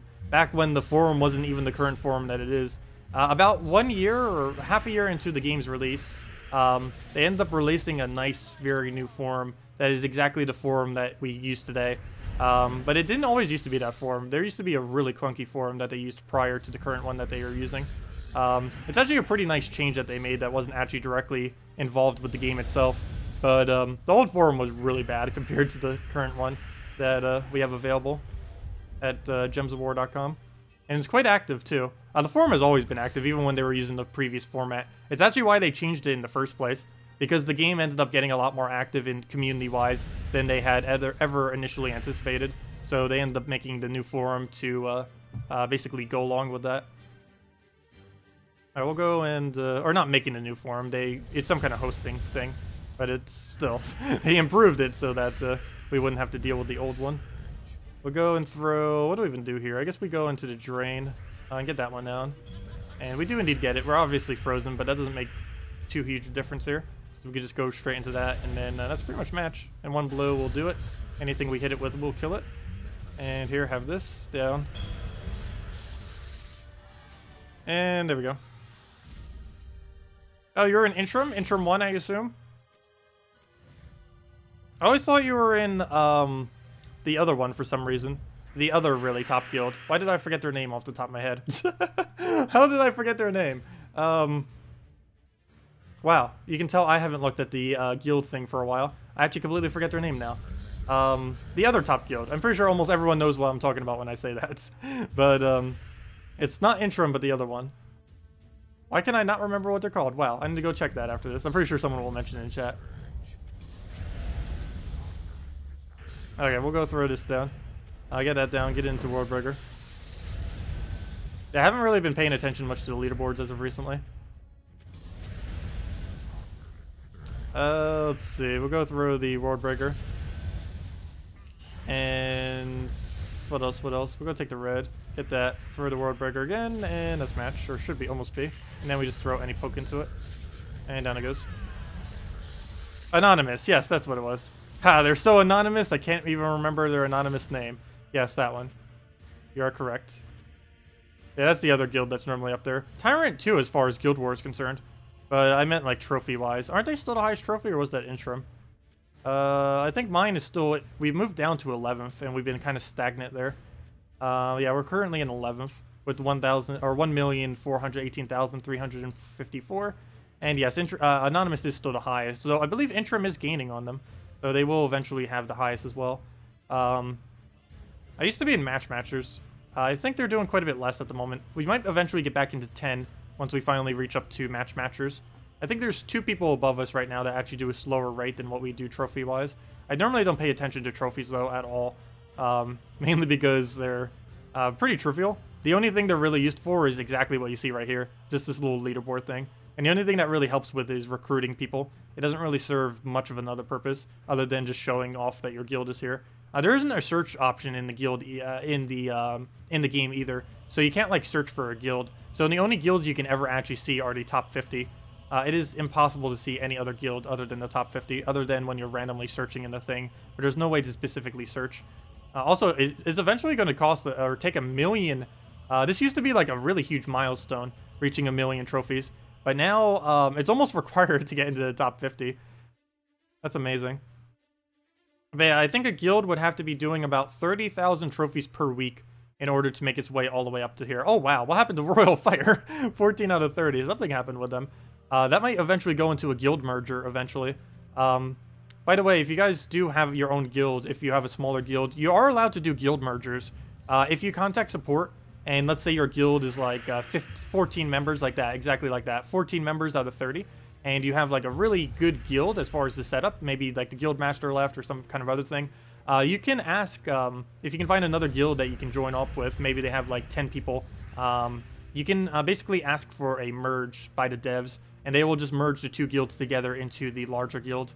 And yeah, you can do that through support. That or just have everyone from the other guild join your guild, but normally it's easier to do it through support since you can easily just get all of them transferred over that way.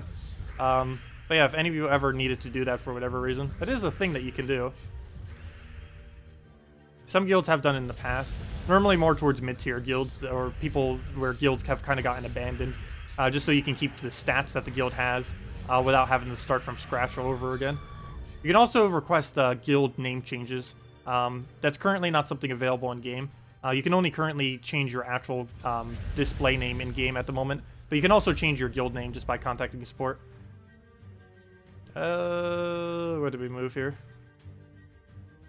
We'll go and take red to the purple. Oh, we'll throw the World Breaker down. Yeah, Gems of War is a pretty nice game to kind of just chill with. That's why I do it, War. Works really well for that. It's a nice break away from everything. Also, it's kind of funny. My mom's still really into Candy Crush. I still haven't showed her this game. The main reason I haven't is I'm concerned how much its battery life is. I've heard so many... Can you stop demolishing us? Wow. I heard a lot of concerns about how much it like kills your battery. Has that been fixed at all? Anyone who plays mobile on Gems of War? Does anyone know if the usage is still like ridiculously high on playing Gems of War? Because I know there used to be a lot of complaints with that. And the game has only gotten more data in it, but they might have condensed it so it's not as bad. But yeah, has anyone else had a really big issue with that currently? Anyone mobile? I'm pretty sure I have at least some mobile players here. We have a mix about everyone, so... No, you think it's better? Okay. Yeah, I haven't personally tested it myself in either state, so I wouldn't actually know. Okay, well, we'll go and... let's see, what do we even need here? We'll go and take the blue, see if we can go get the alignment on anything. He's going to get Dracula's here. Also, fun fact, for whatever reason, Lifesteal doesn't get boost ratioed off of Faerie Fire. We found that out yesterday. I have no clue how I didn't notice that earlier, but yeah, it's really weird. I don't know why it's like that. But it makes it basically pointless to use Draculus with Faerie Fire because you don't get any value out of it. Okay, can we get this team going already? We're getting a really slow start, but he already has Draculus. You know you're going slow if the enemy gets a full Draculus before you even get to cast anything important. We'll go for that. See if we can get anything here. Oh, he got a lucky extra. Can you stop getting luck? What is with these lucky AIs right now? But we'll go through this down. I think we're fine, though. We just threw one World Breaker into... Actually, you know what? Let me go for Drains. Oh, there's only 3? But we're putting 20 on the board. It should still hit.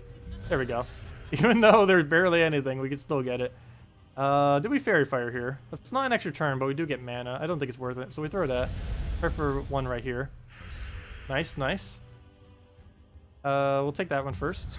I probably should have taken that down. I think that would have given us a better chance for a thing. Move that one over. Yeah, we're not going to get it. We're just going to have to go Golfa here. Nope, didn't get it, didn't get it. We'll just go throw that up. Go and take another explosion. I don't even think we're going to get this entire battle. It's not that big a deal, though. I'm not even bothering draining these. I probably should go get a drain on that one, though. Let me go do that. Maybe we'll get a better board to actually align this on. Nope, still none. Go throw that down. Throw another World Breaker. And what else do we have? Another World Breaker. At this point, how much damage does he have? 42, 44. He's not going to get the chance to do it, though. And down he goes.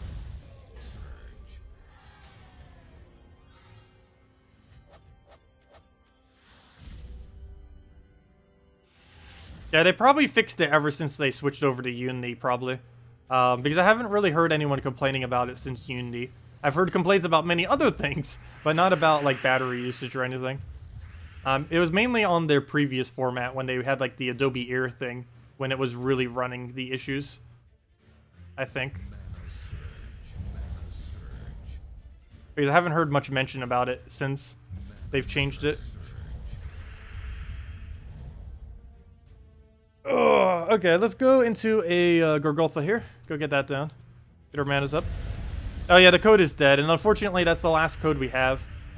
We do not have any more at this moment. Hopefully Salty will be able to give us some more later. Like, even if I wanted to give out more, I don't even have any more to give out. We are completely dry. I used up all the ones from January. So hopefully she'll give me more for the February month. Normally I try to get them by a month-by-month basis. Let's see. What do we even need here? I kind of want to try throwing the drain, but the max we can get is 6 spawn. Probably isn't worth it, so we'll just go for the Gorgolfa. And there we go. Okay. Do we have Faerie Fire alignment? Yes, we do. Actually, we barely even need it. Oh, and of course, everything that it hits like the worst one we even needed. It was good that that died, but we would have killed it out anyways, regardless, with this cast. Okay, now we just need any poke of any kind. Here, have a skull, dead.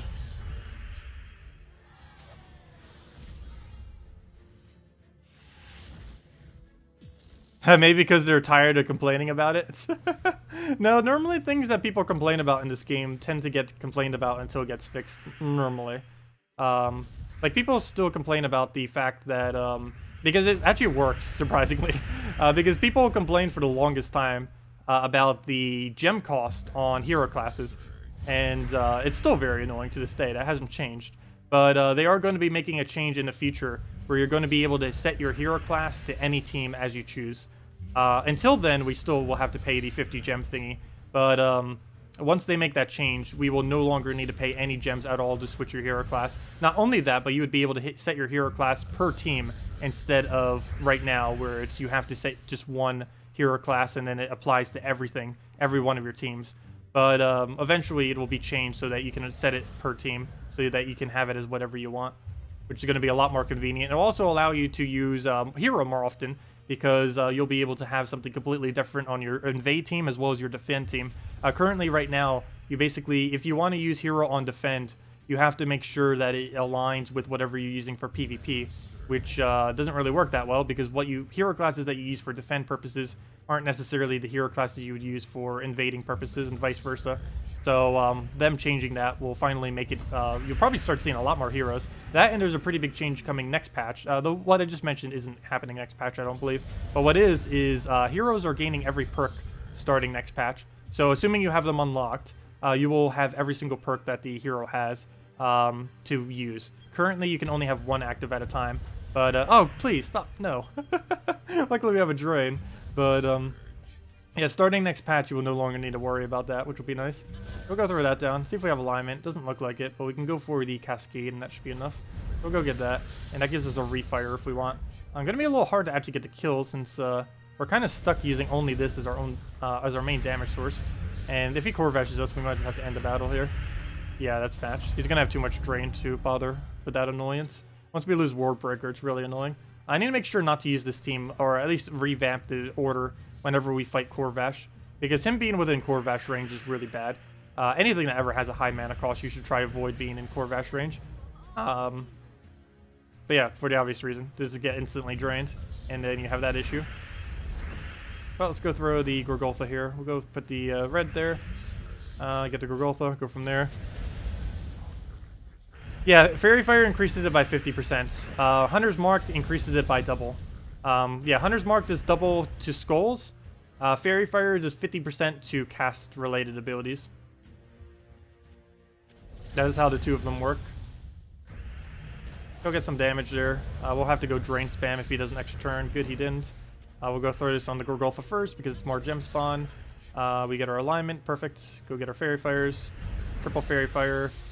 He's going to cleanse it, but hopefully we'll get a refire on the Faerie Fire. We'll throw that down. Get our hits, get a kill, get our extra turn. Perfect. Exactly what we need. We have alignment too, even better.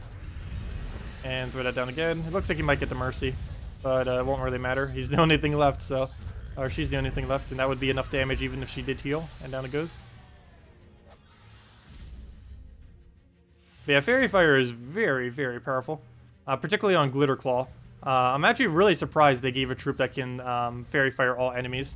I mentioned that too before it even came out, that it would be ridiculously powerful. And yes, it is. It hasn't changed. It is indeed very, very, very, extremely, ultra powerful. Also, don't forget to open event keys before this Monday. You'll still be able to get the Mythic up until the end of Thursday, but the event keys for the new Legend of Glitterclaw and Queen Titania are only available until the end of Sunday. So if you're watching the Super Bowl, don't forget to go and make sure to use your event keys before then. Because pretty sure people will get drunk then and then completely forget about it. Or at least people in the United States. I know most of you, actually to most of you that probably won't even be applicable. My people that actually watch me from the United States keeps going down and down as weird. I haven't looked, it's kind of funny. But yeah, it used to be my highest, obviously, because I'm located in the United States. So I believe YouTube generally prioritizes your own country first, initially.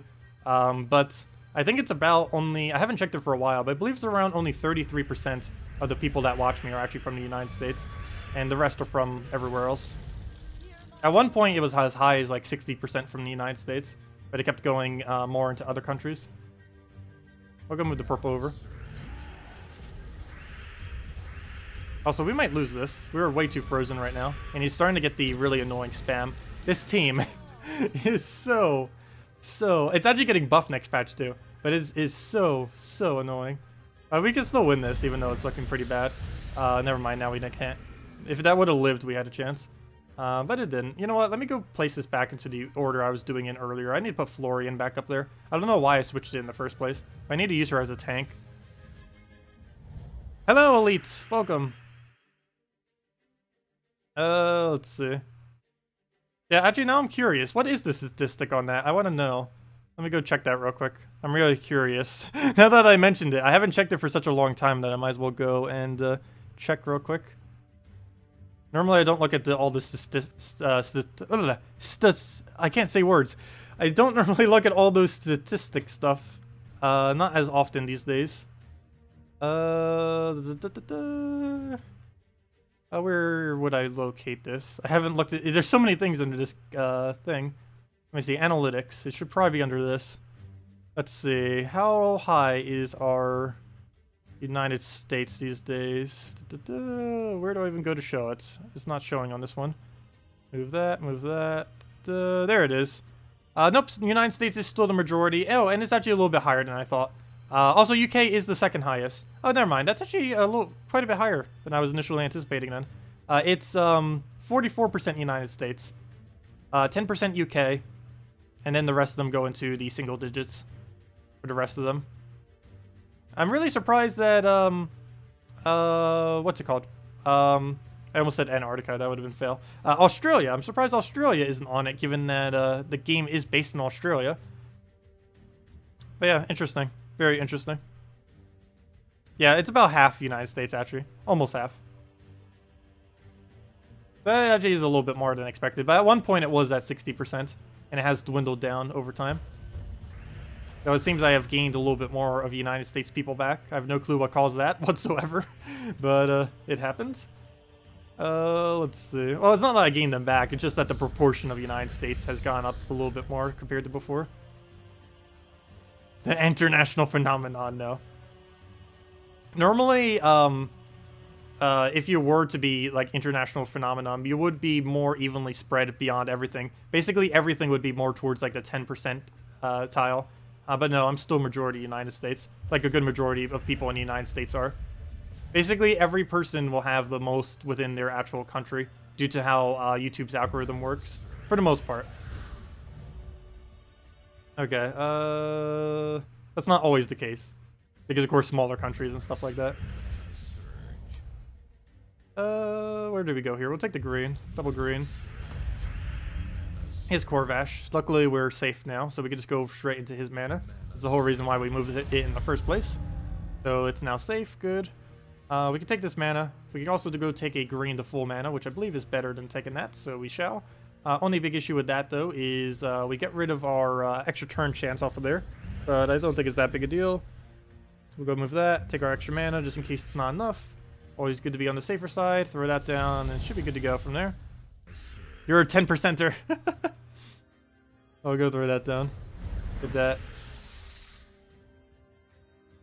Also, apparently, I need to find a better way to appeal to females because I only have 10% female. That's always been like that, though. The people that watch me have always been, like, greatly majority male. And that's always been like that. I don't know how to fix that. I think most male channels are like that, I would assume. And the fact that we are a gaming channel makes that slightly more so. Of course, this is more of a game that females would be playing, though, if they were to be playing one. But I have no clue how to get that up. Let's see. We'll go and throw World Breaker. Summer Night is for the win. Have you been using Summer Night? I actually haven't really bothered with it at all. It's not horrible. It's just way too slow for me to bother with, I feel like. We need more girls in gaming. There are quite a few. Almost every single friend that I used to have that was female would be into gaming. Particularly when I was back into New Jersey. Not so much in South Carolina, but quite a bit in New Jersey. Okay. Let's see. Also, I find it really amazing. People that don't game at all. Like, literally nothing. Like, none. Like, they don't even know what gaming is.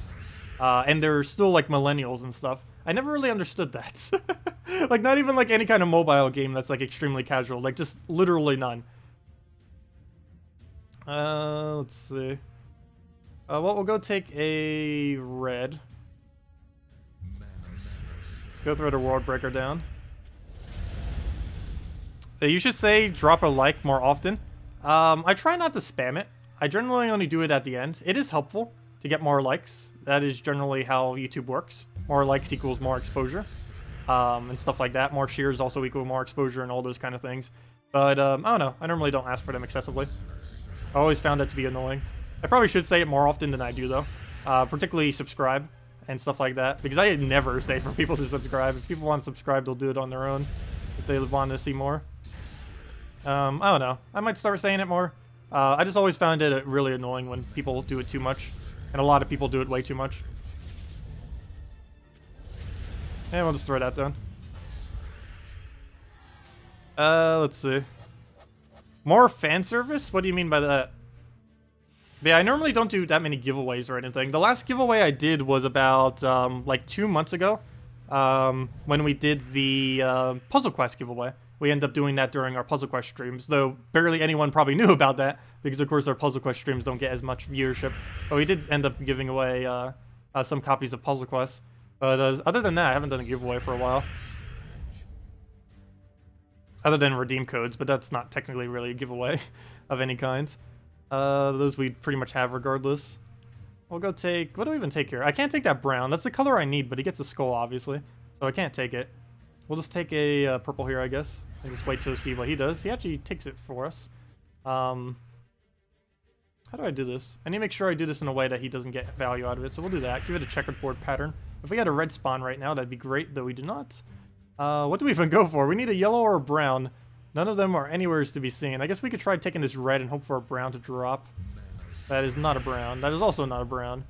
So we can't get it yet. We have our crystallize at least, so if we wait a bunch more turns, we will have it. Probably too long of a wait to try to wait for that, though, just to get our mana going. So go take this brown. Wait, was that there the whole time? Oh, even that one's a trap. Can we get a non-trapped brown? That'd be great. We'll go move that over. So we'll go take that. Oh, he already has famine. That's bad. Luckily, we barely accumulated any mana because of how long it's been taken. So, oh, he kills Gorgoltha. We could actually lose this now. He's still a Scion alive, too. If Scion was dead, this would be a little bit more even, but... that's a little bad. So I tried going for the drain. I can't outpace him. There's no way we can outpace the Scion at this point. Well, I guess we take another yellow. As long as he doesn't famine, that should be okay. I can't believe we're losing to triple famine right now. It does happen sometimes, but that is the power of Scion famine. Okay, we finally got alignment, though a little late. We don't really get much value out of this. Please hit first slot. That is not first slot. Okay, he gets its drain. That's perfectly fine for now, I guess. We'll just go try getting our manas and stuff back. Take the green to the red. Go take that. Extra turn out of randomness. That's perfectly fine. Purple into a green. As long as he doesn't get a skull, that's fine. Good. And... oh, he famined. Okay. Well, we can take a skull into a green. We'll do that. Get that down. We'll take a skull. We'll take a skull. How is that thing still not dead yet? We'll take 2 more skulls at this point. At least we have so little mana that he doesn't even gain value from famine, pretty much. Because he only boost ratios on what we have, and we have basically nothing. Finally, Scion's dead. Now we just have to get past famine, which should be pretty easy. If we get her up once, we ought to win. Oh, no. No! Why? Why you do this to us? Okay, we can still easily win this. I just need to get her to full mana before he gets a full Scion. I mean, a full famine, and we win. Biggest issue here is how on earth do we get her to full? He could have taken an extra turn, and he didn't. Good.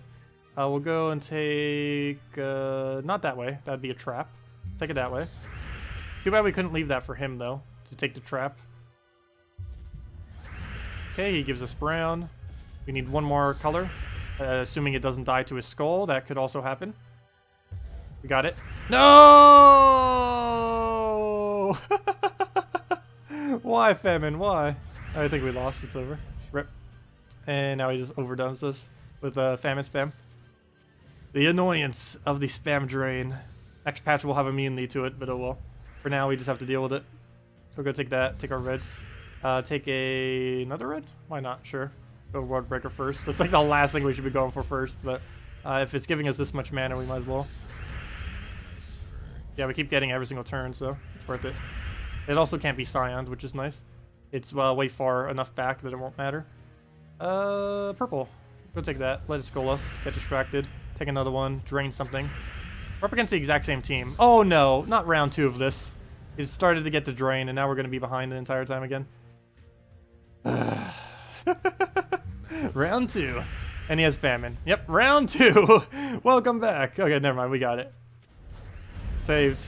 Barely. This needs the extra turn, ideally. Got it. Okay, we won. Barely saved. Throw that down. Get that down again. It's amazing how a battle can go from, like, about to lose to we just automatically won in a matter of seconds. Goblin team does that really well as well. It'll look like you're about to win and then you instantly lose. Just because of how potent of a loop it has. But anyways, guys, I am going to be heading out for now. We will be back in 3.5 hours or so to go do the Puzzle Quest stream. We should hopefully be farming out the last little bit we need as far as leveling and gear for that game to finally do the final boss. And then we'll be going into some end game content and such to try to completionist the game of 100%.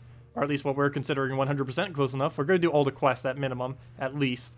But anyways, we'll be, not all next stream obviously, but we'll be hopefully killing out the final boss is the main objective next stream and get better gear and leveling. But anyways, guys, we'll be done for now. We will be back with Gems of War later tonight at the normal time, 8 p.m. Eastern Standard Time, at 7 hours from now. Do keep in mind, I will be streaming a bit earlier. I don't know exactly when tomorrow, but it will be not at our normal time because of the Super Bowl. I will be streaming beforehand so that I can watch the Super Bowl as well as anyone else, because obviously even if we did stream at that time, we'd have a lot less viewership due to the Super Bowl. So yeah, we're just not going to be streaming at that time, but we will be streaming tomorrow still. We will still have the stream. The exact time I have not the slightest clue, but yes, we will still be doing that. But anyways, guys, I will see you all later. Thank you so much for coming down. Leave a like if you enjoyed, and I will see you all later. Have a wonderful rest of your weekend, and have a good Super Bowl if I don't see you tomorrow or later tonight. Goodbye, everyone, and best of luck with key drops if you're still opening anything. Don't forget, you have until the end of tomorrow to open up event keys if you still want Glitterclaw or Queen Titania, and you have until the end of this Thursday if you want to still get the new Mythic off of Glory Gem Guild or VIP chest. Anyways, guys, best of luck with the chest drops, and I'll see you all later. Goodbye, everyone.